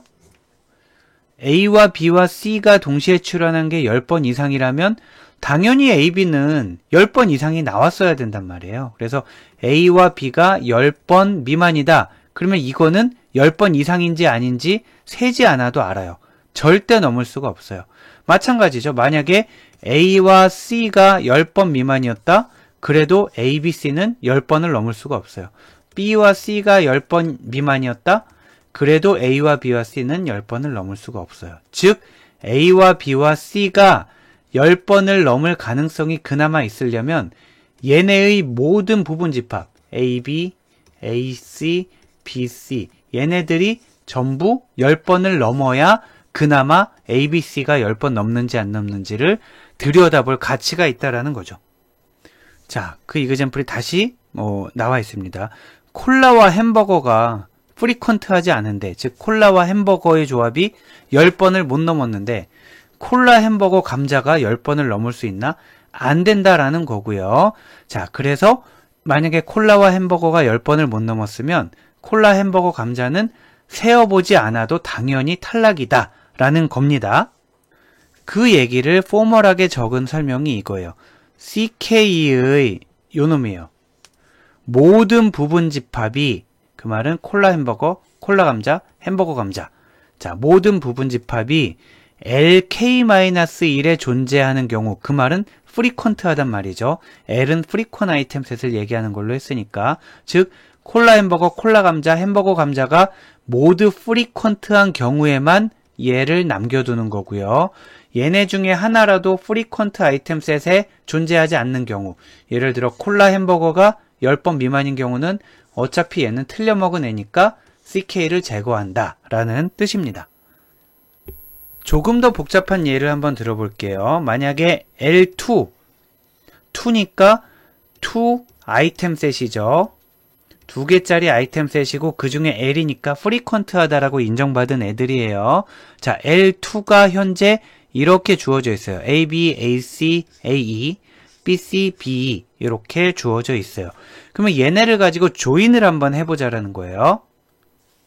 조인 스텝에서는 자, 요렇게 해서 A, B, C가 나왔고요. 또 요렇게 해서 A, B, E가 나왔고요. 또 요렇게 해서 A, C, E가 나왔어요. 그런 다음에 얘네하고 얘네 이런 애들은 만날 수가 없어요. 얘하고 얘는 만날 수가 없어요. 하나밖에 다르지 않잖아요 라고 얘기를 할 수 있지만 앞에가 같고 뒤에가 달라야 되잖아요.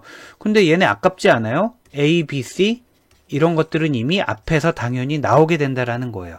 자, 그래서 다시 한번 해보면 얘네를 갖고 얘가 나오고 얘네를 갖고 얘가 나오고 얘네를 갖고 얘가 나왔죠? 그 다음에 앞에 거는 끝났고 뒤에 거 B, C, E 해서 얘가 나오면 조인 스텝이 끝이 납니다. 그럼 조인 스텝에서 L3가 되기 위한 후보인 C3를 이렇게 4개를 살펴봤는데 이 4개를 우리가 다 카운트를 해봐야 되냐라는 거예요. 이 4개가 진짜 프리퀀트한지 아닌지를 다 세어보냐? 그렇지 않다라는 거죠. 자, 이 중에 안 봐도 아웃인 애가 있어요. 누가 있을까요? 자, 안 봐도 아웃인 애를 찾아보세요. 네, 안 봐도 아웃인 애는 요놈과 요놈입니다. 왜냐하면 둘 다 같은 이유예요. CE가 여기 없단 말이에요. 그 말은 CE는 미니멈 프리퀀시를 넘지 못했어요. 스레시홀드를 넘지 못해서 CE 자체가 예를 들면 10번으로 한다고 하면 CE의 조합이 10번을 넘지 못했는데 ACE가 10번을 넘을 리가 없다는 거죠. BCE가 10번을 넘을 리도 없어요. 그래서 얘네를 빼버리고 나머지 얘네 2개만 여기에 적어주시면 되겠습니다. 한편 볼까요? ABC, AB 하나만 볼게요. ABC에 대해서 보면 ABC의 부분집합 AB 여기 있고요. AC 여기 있고요. BC 여기 있어요. 그래서 일단 이 구성 자체로만 보면 얘도 마찬가지고요. 얘는 아니고 얘는 아니고 구성 자체로만 보면 얘는 프리퀀트한 아이템 셋이 되기 위한 자격은 갖고 있는데 실제로 ABC가 얼마나 많이 발생했는지 ABE가 얼마나 많이 발생했는지는 직접 카운트를 해봐야 알 수 있다라는 거죠. 자, 최종 CK는 자, 지금 여기 파이널 C3까지는 요 2개가 살아났고요. 걔네들의 추후 발생 빈도를 실제로 확인해서 LK로 확정되든지 그제서야 제거되든지 할 거다라는 얘기입니다. 자, 이번에는 어프리어리 알고리즘을 이용해서 프리퀀 아이템 셋을 찾아가는 과정을 한번 이그젬플을 통해서 같이 해보도록 할 텐데 총 9개의 트랜잭션이 있어요. 9개의 트랜잭션이 있는데 미니멈 서포트 스레시홀드를 0.2, 즉 20%를 적용했단 말이에요. 그러면은 9번의 x가 0.2냐? 자, 전체 9개 중에 몇 번 나와야 0.2보다 크냐를 보면은 x는 1.8이잖아요. 즉 1.8회 이상 나와야 되는 거니까 2번 이상 나온 거는 프리퀀트한 아이템 셋이다 라고 얘기를 할 수 있겠고요. 지금 얘는 지금 예를 들어 첫 번째 바구니에는 아이템 1, 2, 5번이 구매된 거고 두 번째 아이템에는 2, 4가 구매된 거고 뭐 아홉 번째 여기가 바구니고 여기가 아이템입니다. 자, 9번째 바구니에는 1, 2, 3이 구매된 거고 이런 상황에서 2번 이상 구매된 것들을 우리가 프리퀀트하다라고 확인을 하고 다음 페이지로 넘어가도록 하겠습니다. 자, 일일이 다 세어보는 게 너무 어렵기 때문에 여기는 그냥 앞 페이지를 정리를 해봤어요. 봤더니 앞에 있는 요 트랜잭션 테이블에서 예를 들면 하나만 세어볼까요? I2만 세어볼게요. 하나, 둘, 셋, 넷, 다섯, 여섯, 일곱. I2가 7번 등장했잖아요. 그래서 I2가 7번. 이런 식으로 모든 아이템을 다 세본 거예요. 첫 번째 스텝에서는 C1입니다. 자, C1은 각각 아이템 하나하나에 대해서 카운트가 몇 번인지 세어보는 거고요. 자, 여기까지는 뭐 프루닝을 할 여지가 없어요. 각각 아이템에 대해서 다 세어보고 그런 다음에 직접 들여다보는 거죠. 들여다봤더니 우리가 아까 2번 이상이면은 프리퀀트하다라고 인정하기로 했기 때문에 얘네가 다 살아남은 거예요. 다 살아남아서 L1, 즉 한 칸짜리 프리퀀 아이템 셋에는 모두가 들어가 있는 그런 상황입니다. 자, 다음으로 조인 스텝을 통해서 나오는데 굉장히 많이 나오죠. 자, 한번 쭉 빠르게 선을 이어 볼게요. 하나, 둘, 셋, 4개가 나올 거고요. 그 다음 5, 6, 7개가 나올 거고요. 그 다음에 8, 9개가 나올 거고 그 다음 10 해서 10개의 후보 C2가 생기게 되는 거죠. 이렇게 해서 10개의 후보 C2가 생겼는데 얘네들의 부분집합까지도 역시 이 안에 모두 L1 안에 들어있을 거기 때문에 여기까지도 프루닝이 일어나지 않아요. 그래서 얘네가 실제로 몇 번 발생했는지를 다 카운트 해봐야 됩니다. 자, 여기를 다 카운트를 해보게 되고요. 그랬더니 두 개짜리를 봤더니 4번 발생한 것도 있고 1번 발생한 것도 있고 빵번 발생한 것도 있고 뭐 이렇게 되는 거죠. 자, 그래서 이 중에 2번 미만인 애들을 걸러내고 봤더니 2번 미만인 애 여기 있네요. 요렇게 2번 미만인 애를 걸러내고 봤더니 L2가 이렇게 돼서 총 6개가 남은 거예요. 자, 여기까지 해서 L2를 구한 겁니다. 즉, 지금까지 구한 프리퀀 아이템 셋은 총 얘네와 하나짜리 그리고 2개짜리 이렇게 구한 거죠. 그리고 이 단계에서는 지금까지는 플루닝이 일어나지 않았어요. 가지치기가 일어나지 않았어요. 지금 여기에서 여기로 온 거는 실제로 다 카운트를 해보고 나서 낙방한 거기 때문에 이 부분까지는 아직 어프리오리 알고리즘의 효력이 나타나지 않은 겁니다. 자, 이제 요 L2 단계에서 C3로 가는 요 단계부터 어프리오리 알고리즘의 효력이 나타나기 시작하는데, 자, 한번 조인을 해보도록 할게요. 얘네를 가지고 조인을 한번 해보면, 자, I자 빼고 숫자만 적을게요. 1, 2, 3이라는 게 나올 수 있고요. 1, 2, 5라는 게 나올 수 있고요. 그 다음에 1, 3, 5라는 게 나올 수 있고요. 자, 끝났습니다. 그 다음 요 아래 거 3개를 갖고 해볼까요? 옆에다 할게요. 2, 3, 4, 2, 3, 5, 2, 4, 5 이렇게 해서 총 6개의 C3가 나오게 되는 거예요. 자, 이렇게 6개의 C3가 나오게 되는데 여기서 이제 요 단계가 플루닝이 되는 거죠. C3가 6개인데 그 6개를 다 세볼 거냐? 그렇지 않다라는 거고, 빠져나갈 애가 누군지를 한번 살펴보세요. 자, 4개가 아웃되고 2개가 살아남게 되는데, 예를 들면 지금 요 L2에 3, 5 이런 거 없죠? 네, 3, 5가 없으니까 얘는 날아가야 되겠네요. 그 다음 또 4, 5도 없죠? 4, 5도 없으니까 얘도 날아가야 되고요. 또 3, 4가 있나요? 3, 4도 없죠? 그러니까 얘도 날아가야 됩니다. 그래서 1, 2, 3과 1, 2, 5만이 살펴볼 가치가 있는 C3가 되는 거고요. 그래서 실제로 살펴봤더니 운 좋게 둘 다 카운트가 2가 됐어요. 그래서 걔네가 L3가 돼서 살아남게 되는 겁니다. 자, 그러면 지금까지 결과를 통해서 뽑아낸 모든 프리퀀 아이템 셋은 여기에 있는 5개, 여기에 있는 6개, 여기에 있는 2개 해서 총 13개가 됩니다.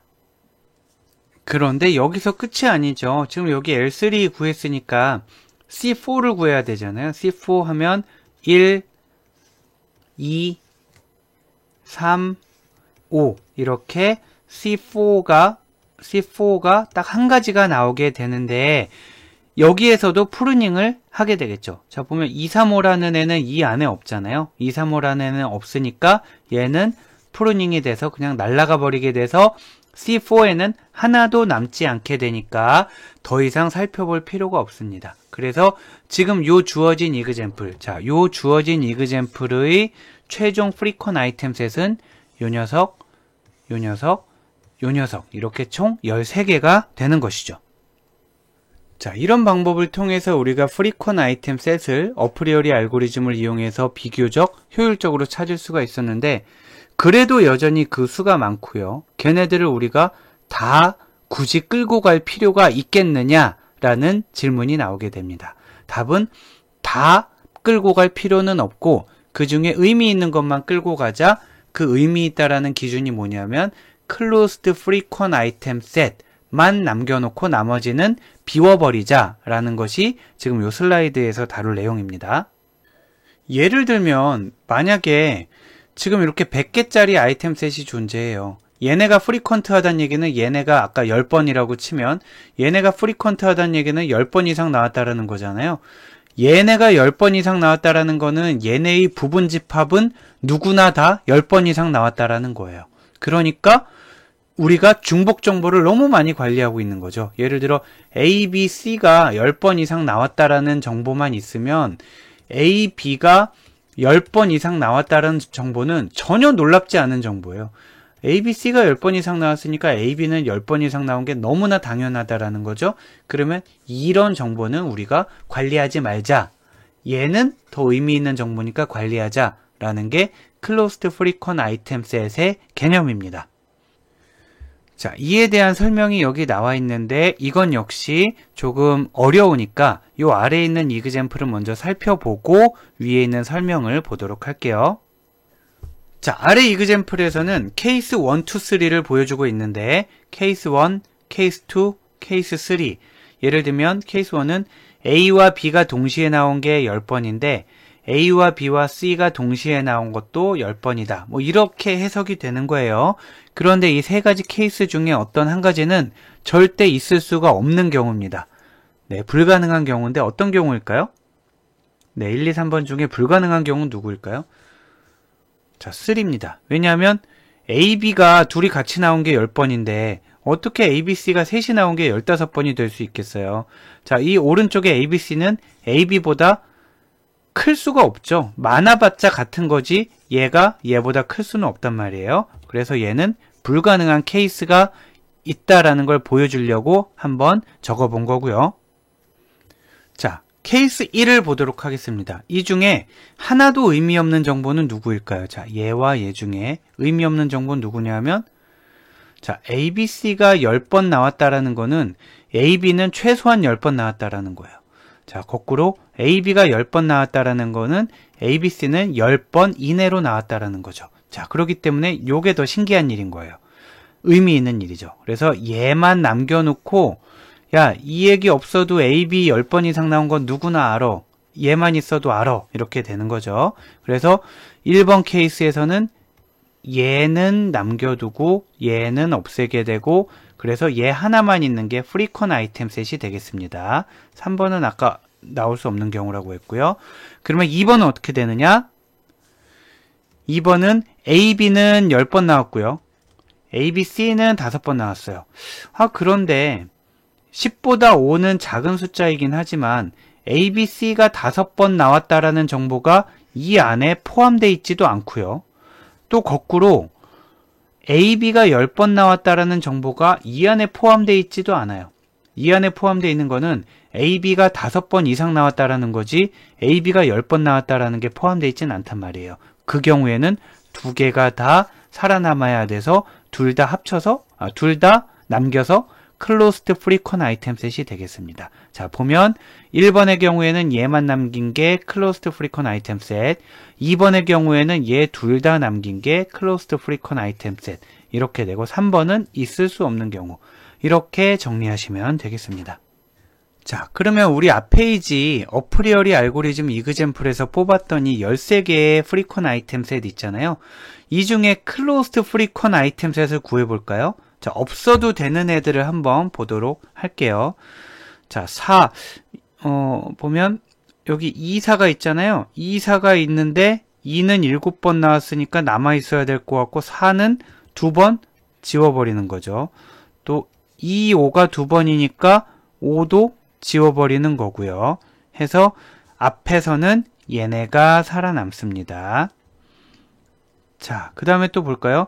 1, 2, 3이 2번 나왔으니까 1, 2, 3이 2번 나왔으니까 또 1, 2, 5도 2번 나왔어요. 1, 2, 5가 2번 나왔으니까 요게 2번 나온 건 놀랍지 않죠. 그리고 또 1, 5가 2번 나온 것도 놀랍지 않아요. 자, 2, 4가 2번 나온 거는 네, 여기에는 2, 4를 포함하는 정보가 없으니까 네, 그대로 남아 있어야 되겠죠. 자, 그래서 다시 깨끗하게 정리하면 얘가 날아가고요. 그리고 얘도 날아가고 얘 날아가고 얘 날아가고 이렇게 13개에서 4개를 제외한 9개만 남은 요 9개를 우리가 Closed Frequent Item Set이라고 한다. 이렇게 정리하시면 되겠습니다. 자, 이제 다 끝났습니다. 지금까지 한 거를 정리하는 시간이라고 볼 수 있겠는데요. 우리의 목적은 우리가 어소시에이션을 하는 거는 스트롱한 룰을 찾는 거잖아요. 스트롱한 룰을 찾는 건데 스트롱하다라는 거는 서포트가 미니멈 서포트 이상이 되는 거, 그와 동시에 컨피던스가 미니멈 컨피던스 이상인 거를 찾는 거죠. 더 엄밀하게는, 더 프랙티컬하게는 아까 뭐라고 말씀드렸냐면 리프트가 1 초과하는 애들 중에서 서폴트가 미니멈 서폴트를 넘기는 애들 중에서 컨피던스 순으로 정렬한다. 실제로는 이렇게 많이 사용한다라고 말씀드렸지만 전통적인 관점에서는 서폴트가 미니멈 값 이상, 우리가 정해진 컨피던스가 미니멈 값 이상, 이렇게 되면 스트롱한 룰이다, 이렇게 얘기를 합니다. 그런데 우리가 어프리어리 알고리즘을 통해서 프리퀀 아이템 셋을 찾았잖아요. 그 과정에서 이미 미니멈 서포트 스레시홀드를 넘지 못하는 애들은 전부 가지치기를 당했단 말이에요. CK 자체에서 가지치기를 당했던가 아니면 CK에서 LK로 가는 과정에서 탈락했던가, 아무튼 우리가 어프리어리 알고리즘을 통해서 프리퀀 아이템 셋을 찾았다면 걔네들은 이미 서포트는 다 넘은 애들이에요. 우리 아까 20%니까 1.8회 이상 해서 2번 이상 나와야 된다고 그랬잖아요. 그래서 우리가 찾은 이 전체들 얘네들은 전부 서포트는 만족을 시키고 있다라는 거죠. 그러면 우리가 남은 일은 뭐냐면 프리퀀 아이템 셋 내의 아이템들에 대해서 컨피던스를 미니멈 컨피던스 넘기는 것을 찾아내는 게 우리의 목적이 되겠습니다.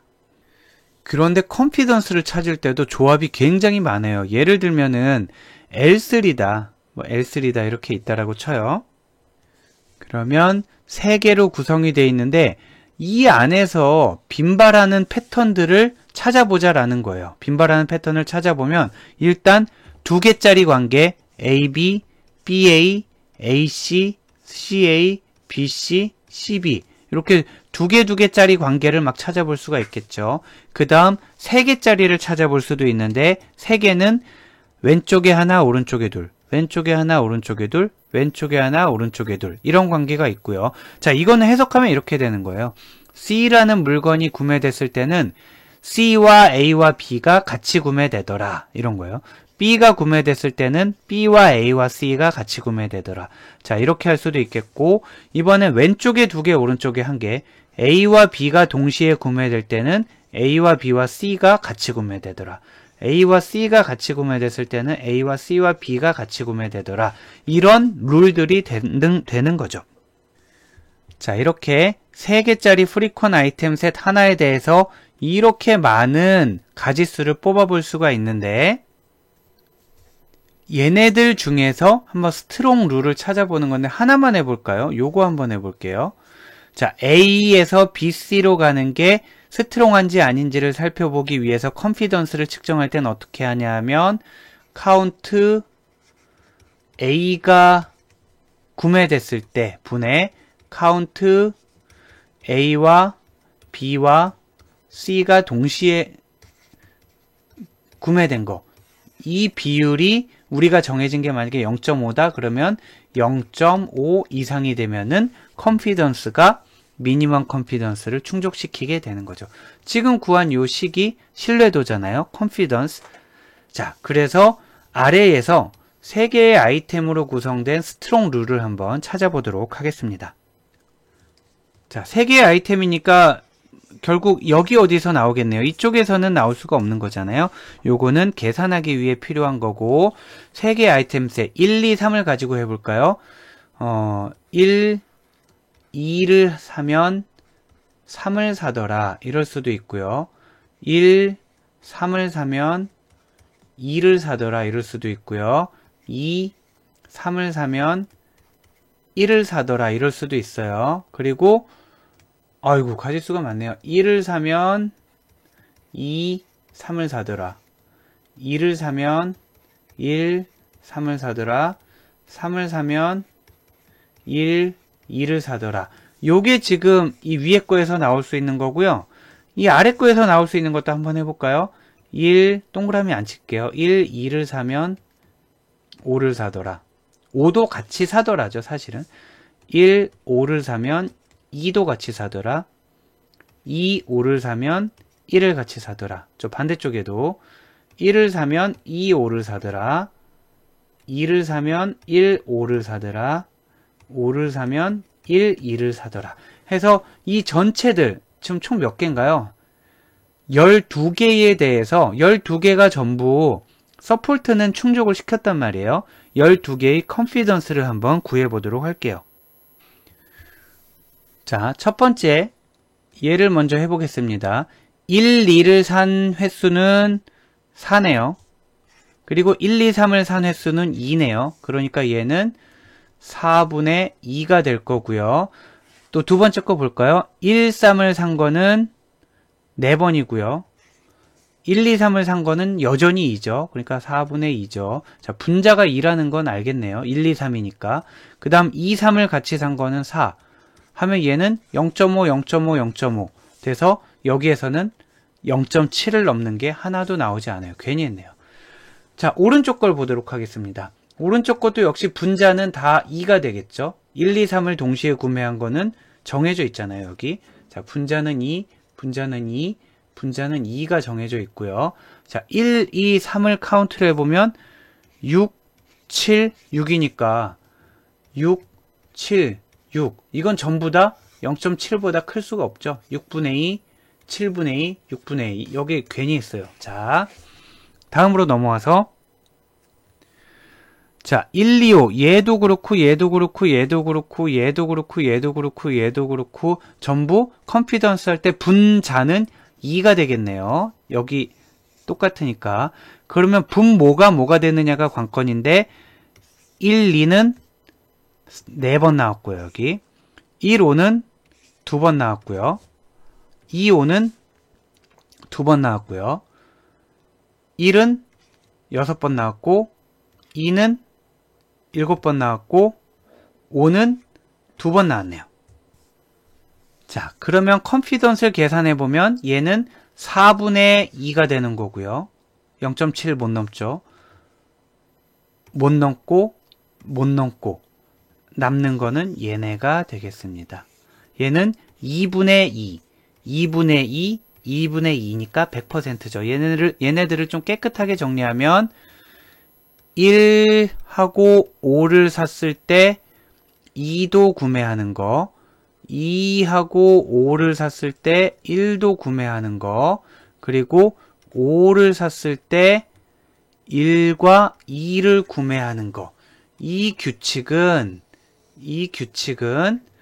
자, 컨피던스를 구해보면은 왼쪽에 있는 카운트가 전부 1, 5, 2, 5, 5. 자, 1, 5 여기 있죠?